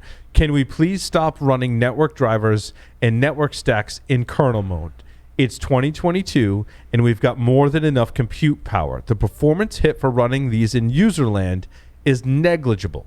Now, let's not confuse performance with trust or security, but let's overlay trust and security on top of that. And think about it in that when you perform a specific operation, even one that interfaces with hardware, how much do we trust that process? Can we make that less trustworthy, reduce its privilege so that when we don't trust it, it has less privilege on our system and less impact if it becomes compromised? I think it was Tyler, back to your point of like reducing your attack surface, the hardening that we did that we maybe now call zero trust, right? It speaks to that. But I think the problem is your hardware can't have all the features you want if you can't put your driver in the kernel. You'd be restricted to whatever features were already in the kernel that Microsoft wrote before, and that would hold back your hardware, development. At some point, some software has to be closer to hardware to utilize the feature set, is what you're saying. Yeah. I was going to say, and even if we did abstract that from the kernel level, the interaction and IPC or sys calls or API calls that have to interact from user land back to kernel level space in order to interact at the hardware level, would just you be run a into the same chain. You're just proxying the vulnerability. Yeah. No, it's a great point. Also, there's talk of Rust coming in to save the day, right? This is a different aspect, because I actually thought we covered the first aspect. All right, was this Mark Rasinovich that said this? No, yeah. Mark is big on, Charles Schreier, who's awesome in and of his own right for a lot of reasons, but we're going to have the Rust conversation, and I think Rust, to me, Rust presents itself in 3 different ways, right? It's the Mark Rasinovich Windows APIs that Rust can leverage, and he's all about it. There's the Linux kernel 6, I think it's more 6.1, right? Where Linus is saying we will support Rust, and that's the context of this article.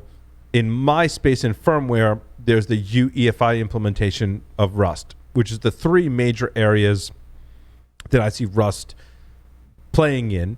And the advantage of Rust, so people have asked me the question, very, and like great question, like why is everyone so excited about this? What's the benefit? What's the value? And the value built-in is protections. 1, Rust, you can actually like read the code more easily than you can see code, and 2, I don't want to say it is memory safe. I believe it's more memory safe than C. It's a lot more safe. Which isn't saying much, right? Like let's just throw that out there. Like, C is full of booby traps. that fool the developer, and Rust removes them. So it's much easier to write secure code and much more difficult to write insecure code. Right. But does that also mean that they don't? It's harder to write insecure code. And we're not saying it's impossible. We're not saying it's no, you have a special option to use unsafe actions if you want to, and then you can reproduce C vulnerabilities, but you won't do it by accident. So it means that 90% of your developers will produce a secure product, I think. I do want to throw this out there, though. I think it's going to be a long time before, number one, most Linux distributions see a 6.x version of the kernel, right? Like I can tell you using even Ubuntu, like they're not even close on the 5. They're not even close on the 5.x series. Like they're just not, right? You switch to a what do you call Arch? A rolling release. Thank you. Rolling release distributions do give you that option. They do. But if you push too far, you go into uncharted waters and stuff stops working. So I think a rolling release like Arch or Manjaro gives you the ability to push a little further. You could push it too far if you wanted to, which I like that freedom. Don't get me wrong. But I like that you can push it a little further, much further than a Debian, further than an Ubuntu. On the Red Hat, Fedora pushes a little further, right? But there's some Red Hat based ones that are varying in there. But I think it's a long time before we start seeing even first a 6.x kernel that is in some form of a stable release for a Linux distro. I think it's even longer before you start seeing drivers coded in Rust. And even longer once distros start incorporating that in their releases, rolling or not. Well, there'll be a lot of pushback from companies developing drivers and things too, because they've got their trained up staff. Right. They know how to do it. They know how it works. And you start changing basic code concepts. It's a process. It's a rewrite.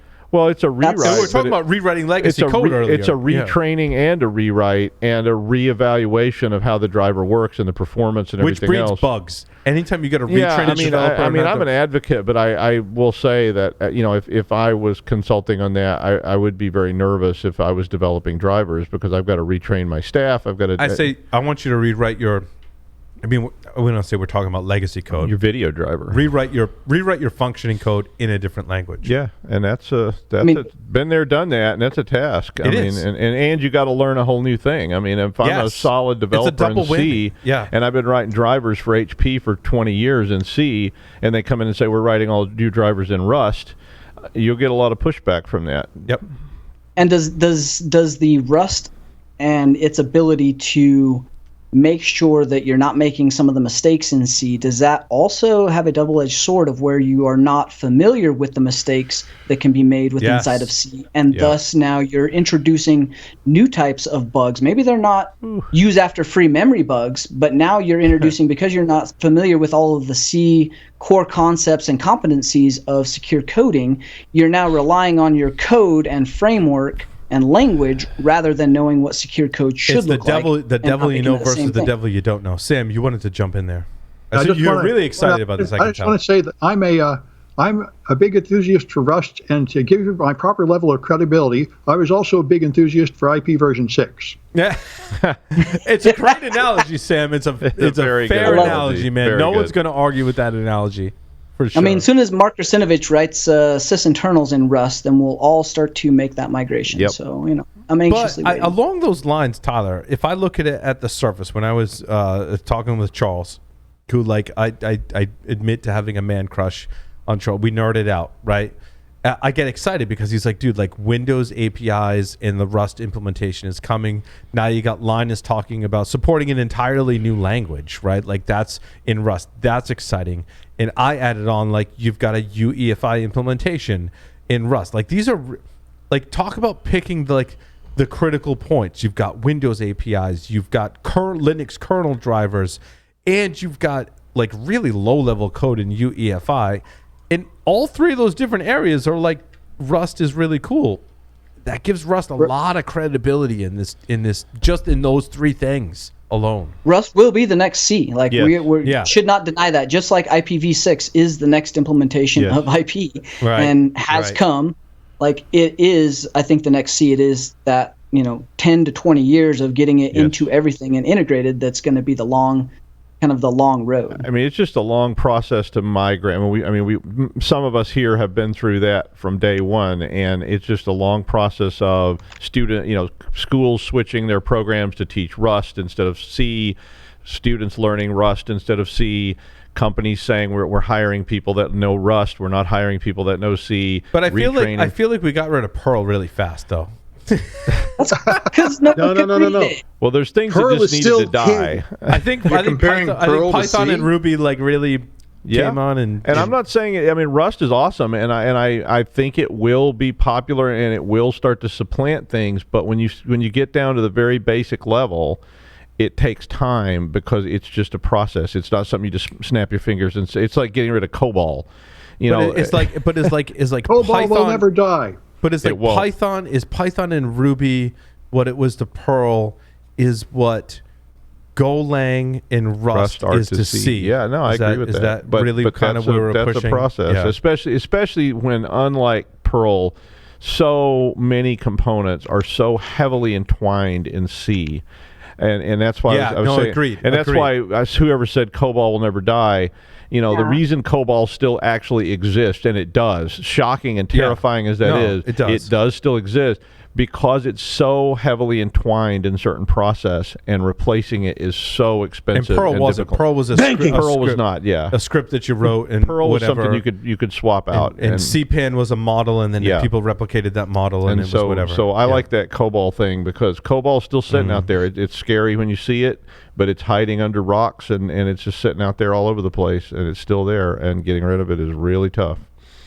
Speaking of scary, hiding under rocks and vulnerable, like this Wi-Fi. Authentication bypass? Oh, no. Wi-Fi. Okay. Well, I was going to say, we didn't even talk about the gaping holes in Wi-Fi that, you don't even have to connect to malicious Wi-Fi, and the vulnerabilities in the driver allow it full RCE. But Tyler, this is something that holds, for whatever reason, like a very special place in my heart in terms of vulnerabilities. This is the Dave Maynard, Johnny Cash vulnerability. Yeah. Dave Maynard, Johnny Cash, I believe, are the first security researchers to really truly evangelize the dangers of Wi-Fi vulnerabilities, in that you don't have to do anything other than activate your Wi-Fi card.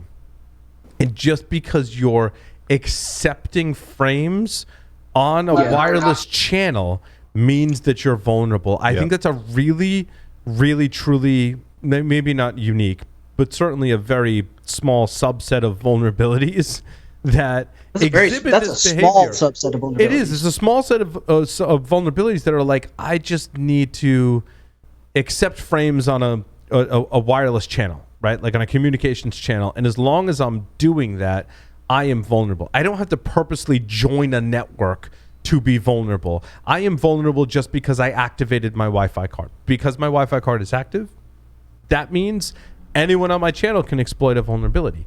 That's what the scary part for me with Dave Maynard and Johnny Cash were when they were talking about it with Apple, which is absolutely frightening that Apple treats vulnerabilities and vulnerability researchers much the same way they treated Dave and Johnny in those days, where like WTF. They kind of still have the same, I think, mentality behind vulnerabilities and security research today as they did in, what was that, 2006? When this Wi-Fi driver vulnerability, Tyler, to your point, in Linux is very similar from what I've read. And you start to think about how scary this is. Like, I think this is just scratching the surface because of the way these drivers were written and their kernel level, right? So you're talking about kernel, not just one, but 5 different use after free bugs within inside the kernel. That means anything that is able to be written that's RCE from a wireless frame. Now think about your LTE card that has the same kernel driver access as similar codes, similar type frames. What happens when we start to look for these bugs and we start to find these on all of our phones? Like your phone, an Android phone is a Linux kernel. So because there's no use after free vulnerabilities in that environment. Yeah. No. This is terrifying. Well, but I think an interesting analysis, perhaps research project, would be to look at what Google did in Chrome to prevent use after free. We talked about, Doug, I don't know if you were on this, anyone was on this episode. We talked about like Google looked at the like computer science based methodology for detecting and preventing use after free, and they came up with some methodology. And Mike Shima told me he like recalled it from memory on a call around a couple of weeks ago, and I can't remember what it's called. But they implemented this method to implement a protection mechanism for use after free. Can we extend that out into the Linux kernel to it essentially what the mechanism was to put a counter around use after free. So like if you freed it more than once, there was a counter that when like you already freed that memory, you can't. It's like a time to live. It was basically like a counter. And I can't remember, there's a name for that vulnerability that I said, I believe it was 2 weeks ago on the show, and people listen to that episode and that know this particular I think that would be a lot technique. harder to do around kernel though. And I was going to say you have to study the Google paper, and then like you'd have to be really into the Linux internals and really truly understand the use after free deeper than I understand it, because I can't recall it from memory. Like be in that space on a regular basis to go, how would I like extend that into the kernel versus extending it through Chrome, because Google defined like how Chrome handles memory in a Chrome browser versus a tab versus your JavaScript interpreter, right? And how they implemented that. You basically, again, it's a counter that prevents use after free, and they modeled different defensive mechanisms against use after free, and we're like, this is the most effective one, and did amazing. Like it was some of the most amazing security research that I've seen this year. And how do you take that and extend the kernel for use after free, which we often see in low-level drivers like this?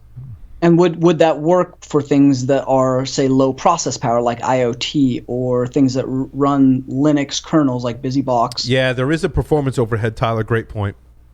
And so you're running into like this. This one actually is super terrifying, because we're going to see this kind of hang on, and I think we'll see more physical attacks related to this that are wormable, in order to build botnets for things like IoT, where you just walk by something that's got a camera, something that's got a Wi-Fi interface, and now all of a sudden you've pwned a device and you've added it to your botnet because of the vicinity in which you have built the worm and passing that across multiple devices. That could lead to something very serious. We also said the terms Chrome and performance in the same context of a conversation, as we all You know. said memory use. CPU, and Chrome all in the same sentence, which it tells you. Yeah, you have you seen the memes where it's You've like been drinking a lot. the person with the Chrome kind of head, like eating up all the memory. Like there's tons of memes about how much performance and Chrome don't go hand in hand. No. Yeah.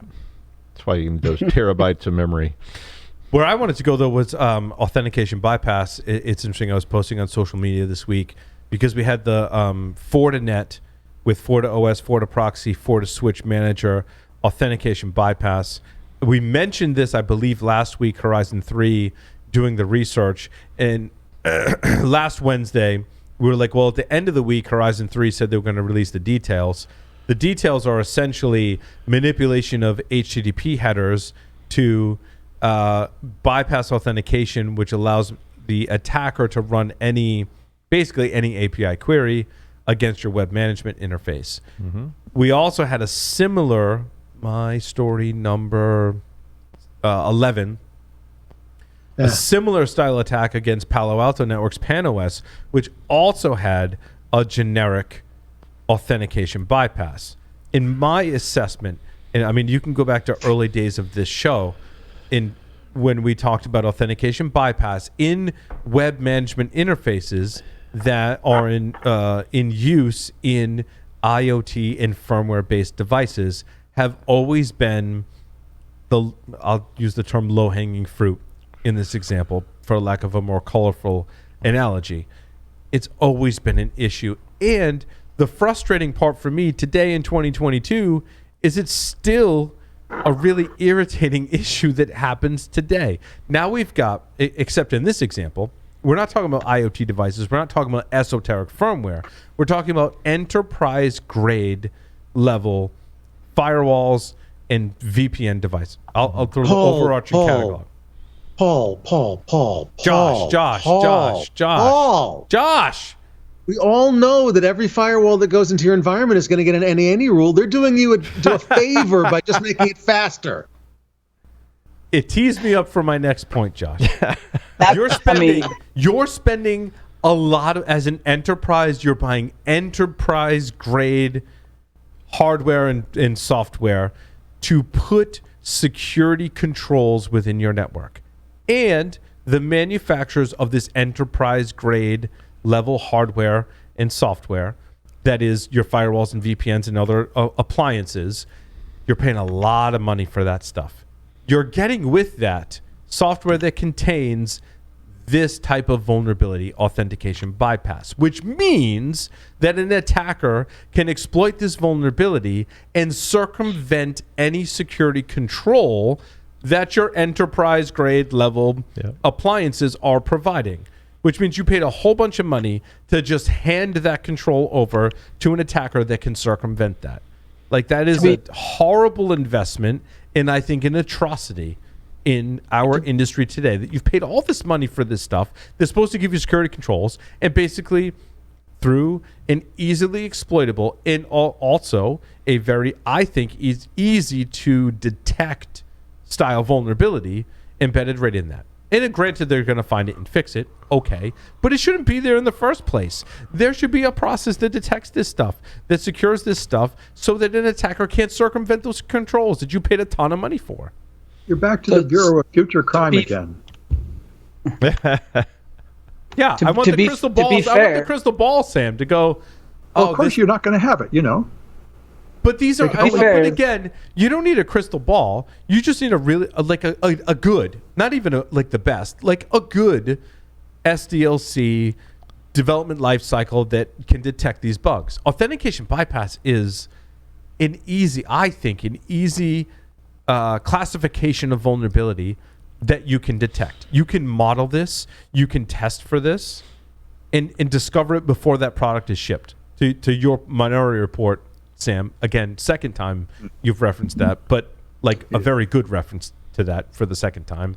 You're 2 for 2 in that reference for sure. But you should be able to detect this. I don't think there's no excuse. This isn't some esoteric the excuse they'll fall back on is what we were talking about earlier, is that they'll say, well, you shouldn't have exposed the admin interface in the first place. I was going to say, to be fair, that's the Microsoft thing. No, you shouldn't have let an attacker get admin. You shouldn't have exposed that to the internet. I think that's a lame excuse. Well, but I think every vulnerability is obvious after they find it. You say, how could you have been so dumb? This is the way everything is. It looks easy once you find it. Yeah, but authentication bypass, I think, to play devil's advocate, Sam, is, again, an easy thing to model and test for before your product ships. There's a lot of esoteric vulnerabilities out there.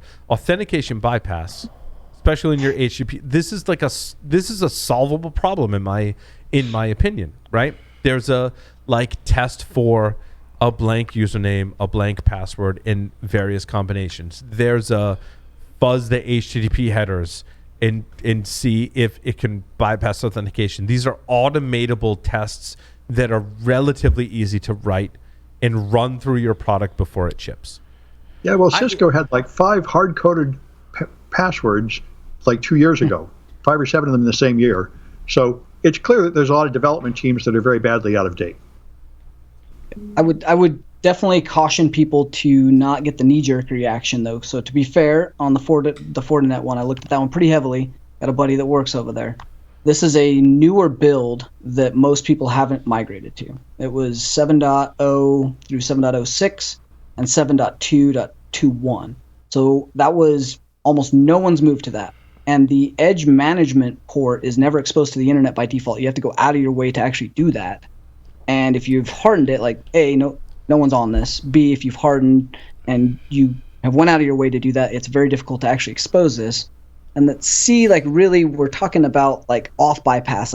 This is really bad. And to Paul's point, I'm not disagreeing with that. I think firewall vendors are the worst at this because they're like EDR. They're protecting everything. And people were freaking out about this, and then they're not freaking out about it, which is probably a valid point. However, when you talk about someone being compromised from the inside out, that's when these authentication bypasses become such a huge issue. An attacker that lands on a low privilege workstation. It's one thing not to expose it to the internet. Yes. It's another thing to control it internally. So yes, that's the biggest. I think that's a big network, right? Expose it only to people who should have access to it is still again, like 2003 that doesn't policy issue. But people still do it, and the pandemic forced a lot of people to expose things they shouldn't have. Mm-hmm. But yeah, absolutely, you shouldn't be exposing it internally either. It needs to be on private management network, but that takes more setup time, more infrastructure, more people, and people just don't do it. But if it is, you've essentially allowed an attacker to maintain control of your security policies from a network level. Yeah, absolutely. That's the impact. It's terrible. I mean, it's a horrible problem, that's a huge impact from the inside. Yeah, and they're the biggest risk of all, right? I mean, because the people inside know more about that infrastructure than anybody else, and they can take advantage of it more than anybody else. Right. Or compromise browsers, compromise machines, and be more subtle about it because they're in the network already, and so they're the absolute. It's a huge problem, and it's scary, and they should fix it. I completely agree. Especially for how much you pay for those two particular devices. And I mean, it is frustrating when you see those notices saying you need to do this and you need to do that, and you're going, wow, this thing costs an awful lot of money, and you promised me it was going to be military grade AI and next generation level security. That's right. They had those developers doing that coding, that thing that's always going to be insecure. I want to talk about the Windows terminal, how it's now default in Windows 11 22 H2. And Windows Terminal is open source. Did I read that correctly? That's what it said. That's what I read that. I was like, I actually didn't realize till this week that Microsoft had open sourced the just Windows for the terminal. I think not command.exe. We're talking about the Windows terminal. This is the terminal. No, this is terminal. Yeah, something completely different.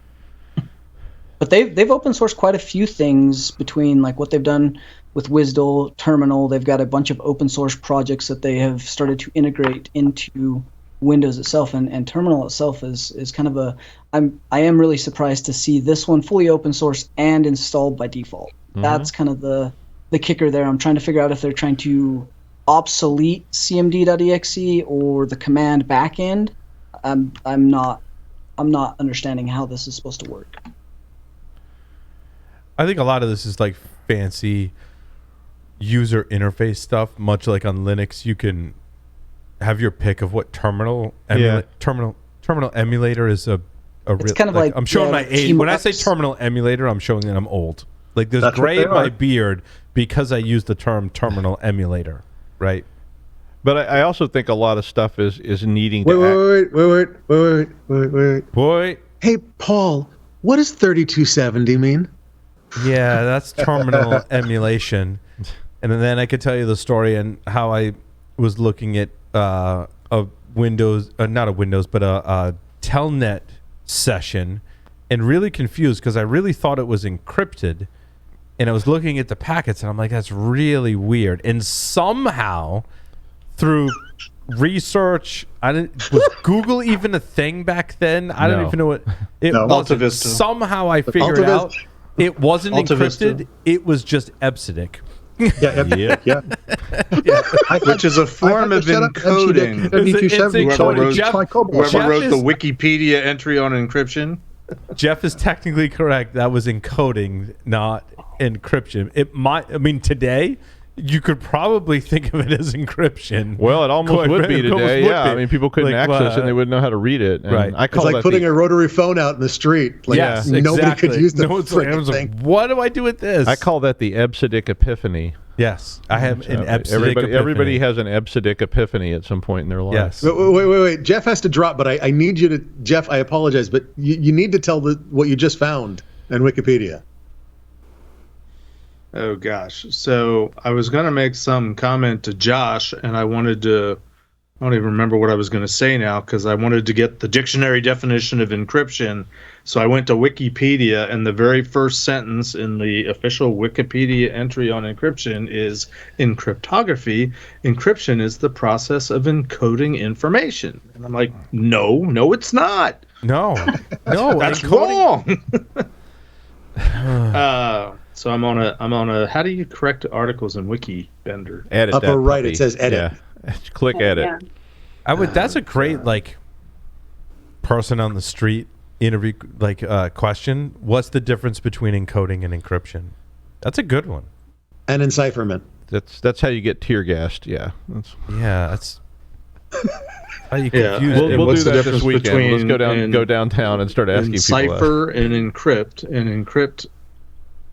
I mean, I've got the Milcrypt books. I'm gonna have to look up there and see if there's definitions in there, or I've got the NSA glossary. That's probably what I should use. But good interview. I'm gonna straighten out this Wikipedia You just opened article. up a big can of encryption whoop ass on Wikipedia. I was reading this today, Serious Cryptography. Maybe we have something there.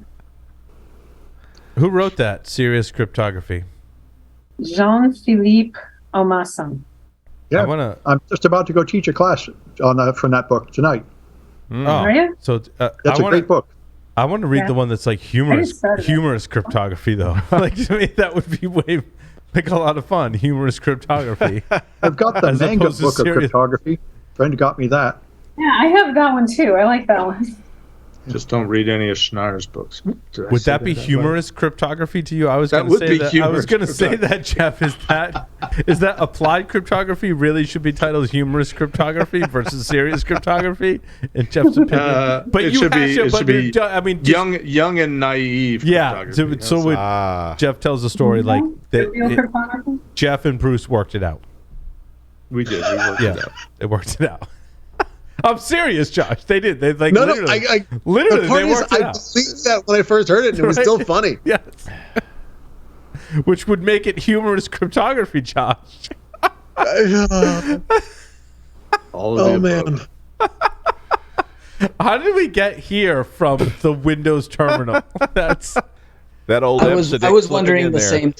And Tyler's like, we were talking about Windows. Now we're all off of a sudden. Humorous cryptography. What happened? Well, we went through Telnet, Epidic, and 3270 terminal emulator. Oh, it was because you were saying I'm old because I know what the terminal emulator is. Oh my god.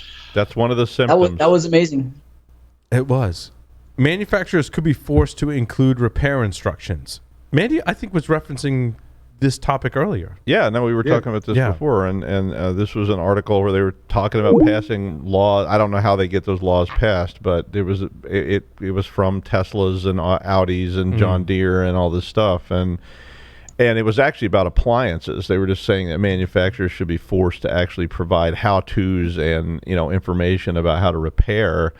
Like one of the first things you do when you get an appliance, at least what a lot of us do, and I'm sure you do it too, is immediately find out what the maintenance mode is on that and how you enter it. So you push these two buttons at the same time and turn your dishwasher into maintenance mode, and it throws an error message up, and you can look it up and fix it yourself instead of calling the company and having them send out a rep to do it. And of course, a lot of people don't want to do that. I do that with our TV. There's 14 TV screens here in the studio, and there's like a hidden menu. If you Google around and like search for it, there's a sequence of buttons, to your point, Doug, that you can enter into. I don't know if they call it, I don't know what mode they call it. Maintenance mode, advanced mode. Manufacturer mode. Manufacturer mode. Thank you, Tyler. They call it Samsung. I believe you're right. They call it a manufacturer mode where you can like gain control over more of the hardware settings in your TV. And I was in there to be able, because like we don't use our TVs like TVs, we use them more like monitors, and I was like, can this manufacturer mode give me more control to turn off features and tweak it for my exact use case? I mean, it's like it's the poster child for like why I want to run Linux. Like I want to have control over my hardware and software to tune it and tweak it to my specific use case, right?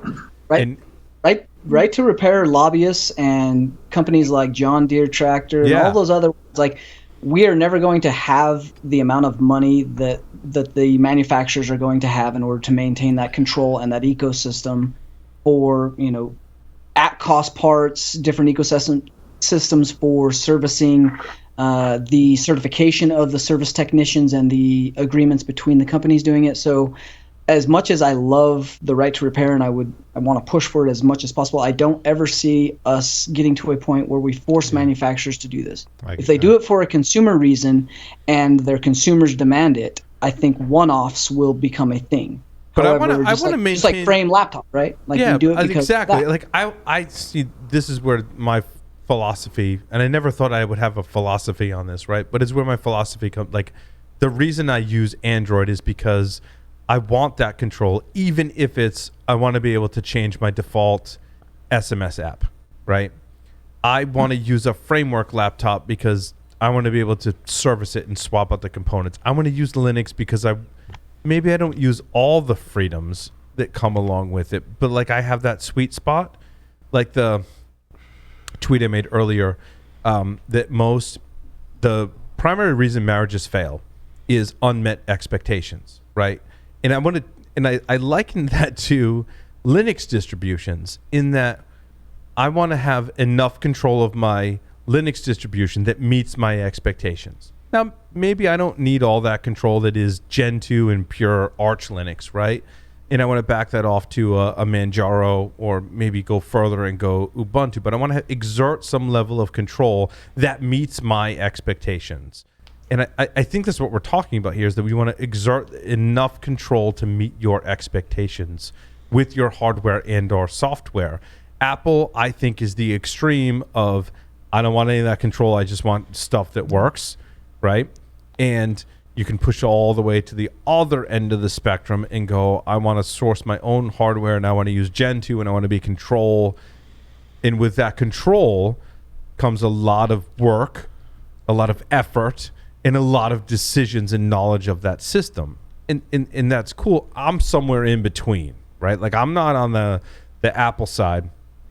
And I think it was Robert Graham that was posting like, hey, how do I do virtualization in Apple? And I'm like, the responses were very good, honestly. And I was like, yeah, you could go with that, but like you're giving a lot of control to your hardware and software provider. And if you're comfortable with that, like that's cool. Like the opposite end of the spectrum is I want like all open source hardware. I want core boot. I want Gen 2 Linux, and I want like, off the shelf hardware that I build. But with that comes like a lot of friggin' work and a lot of responsibility and a lot of knowledge and time.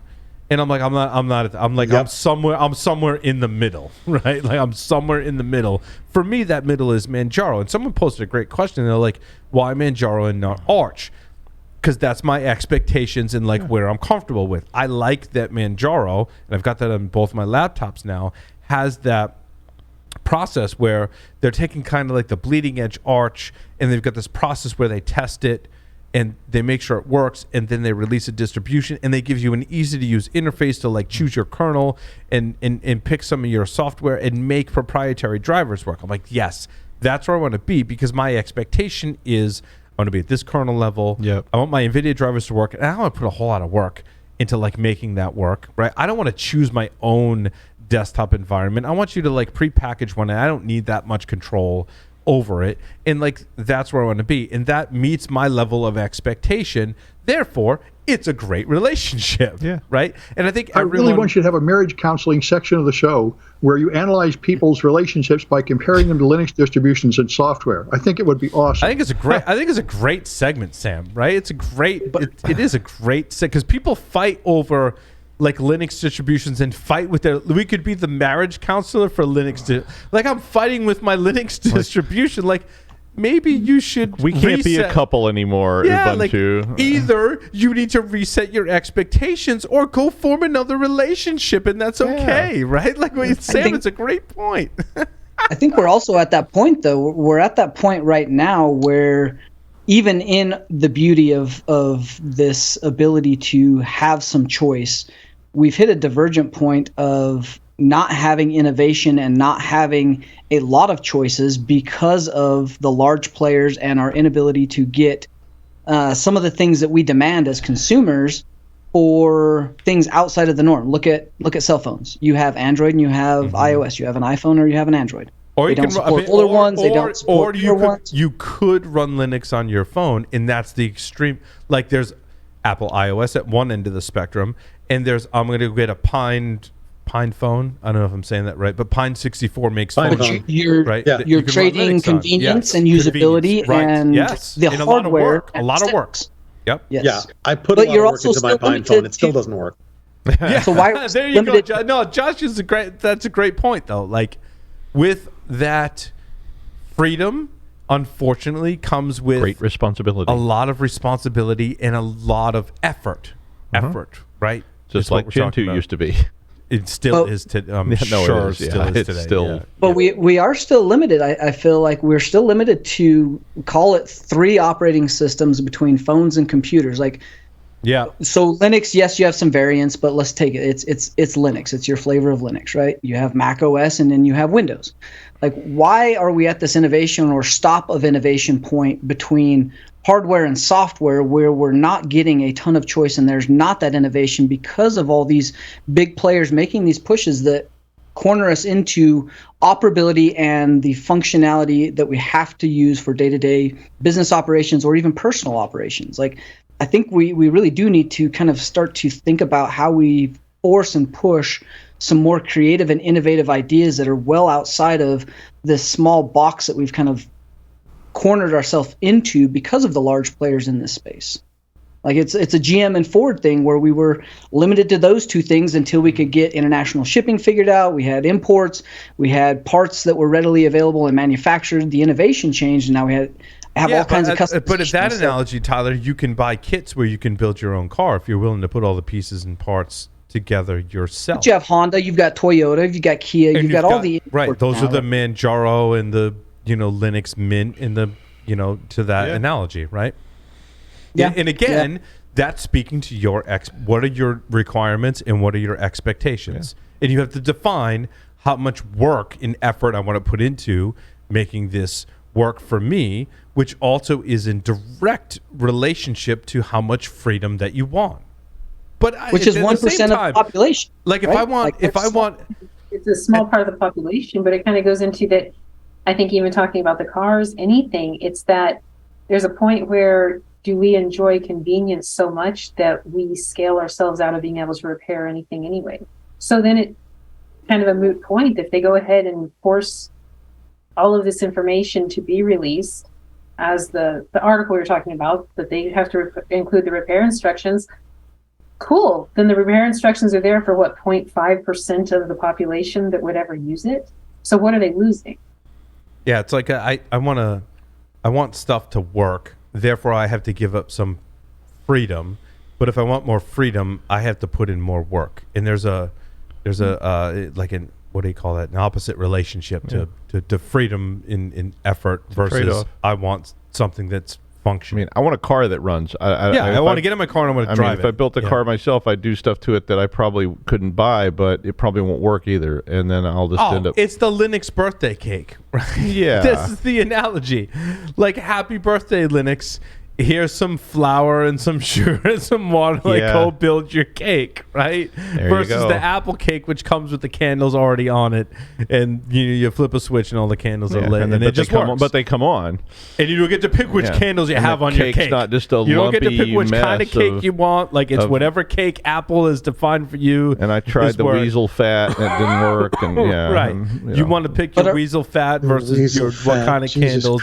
Then you are we pushing the next generation out of innovation though by not getting them to by providing them so many conveniences and so much functionality that it is just too convenient to go to something else, which I'm guilty of myself. They don't want to put they don't want to put and I'm not knocking a generation, it's not about laziness, but they don't want to put the work in to have that kind of freedom.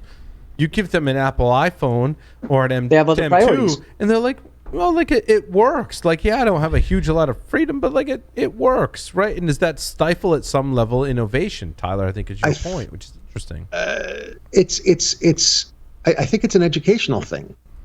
Damn it, it was a desire when you were young, Paul. I know a long time ago.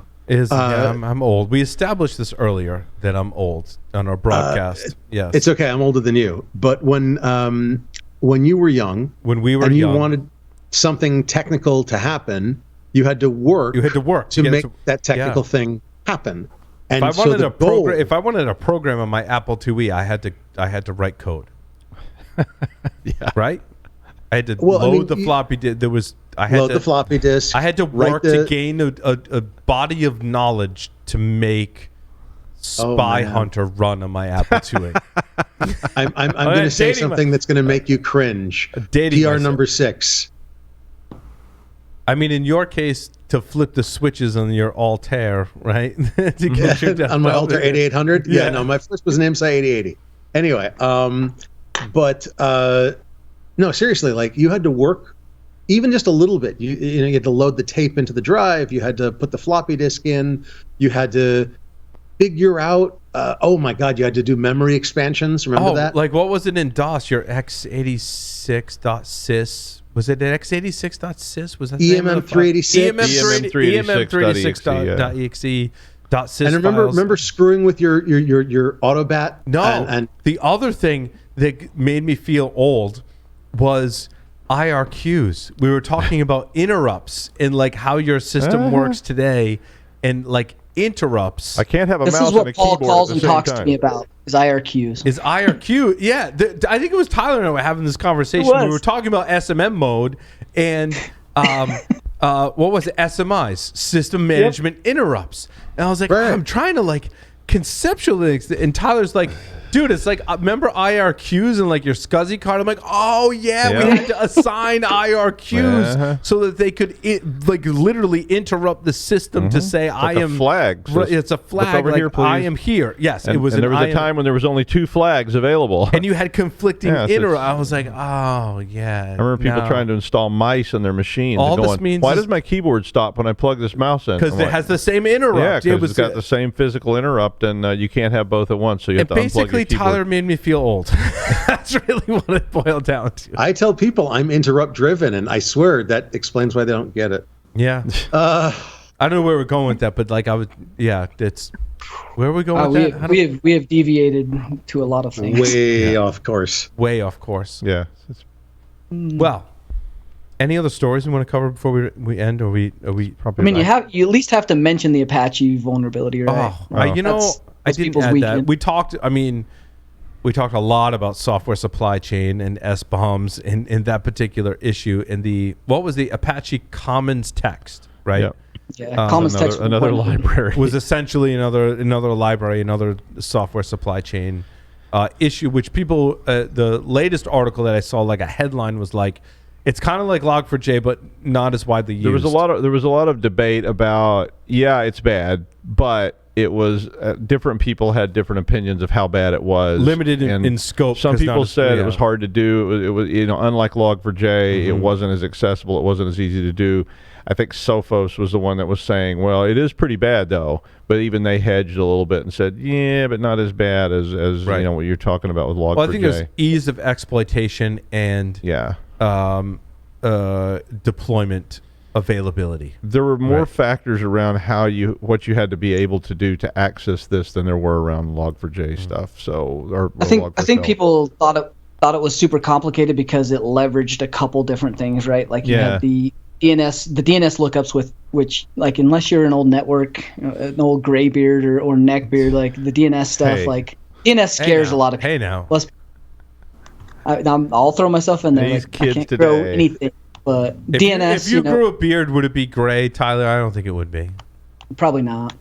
But then it's the JVM scripts, which again you're adding another layer in with DNS and JVM scripts and the ability to do arbitrary lookups, which with a prefix name like that is a little bit more complex, but it's not overly complex, and that is remote servers getting remote arbitrary code execution via lookups. So like this is really bad from an Apache standpoint and what is exposed to Apache, but the complexity is it's not a Python script you're just going to run and make work. So I get it. Tyler, could you grow a beard?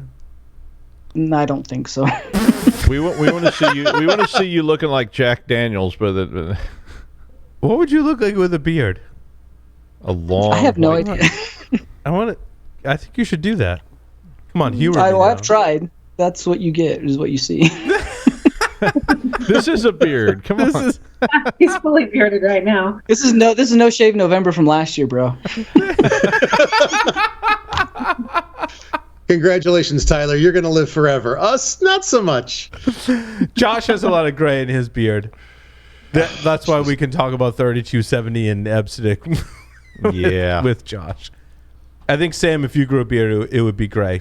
Would be my assessment. I imagine.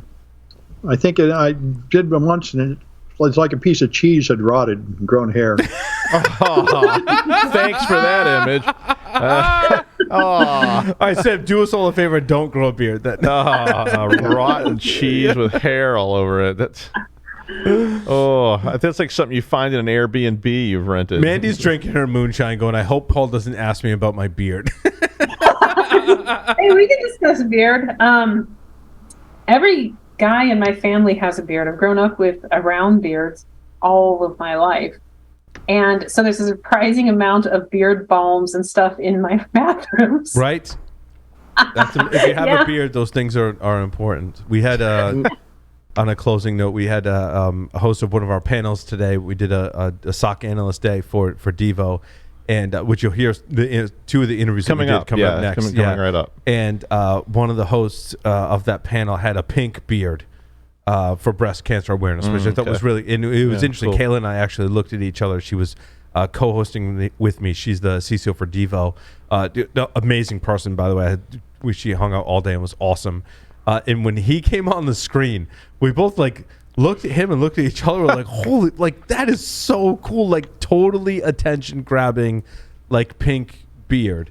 So if you go to socanalystday.com, you can check out those recordings. And the world's most epic beard, in my opinion, hands down. It was awesome. And it had a purpose, too, of raising awareness. Well, that's even better. Yeah, which is awesome. So thank you, everyone, for listening and watching this edition of the Security News.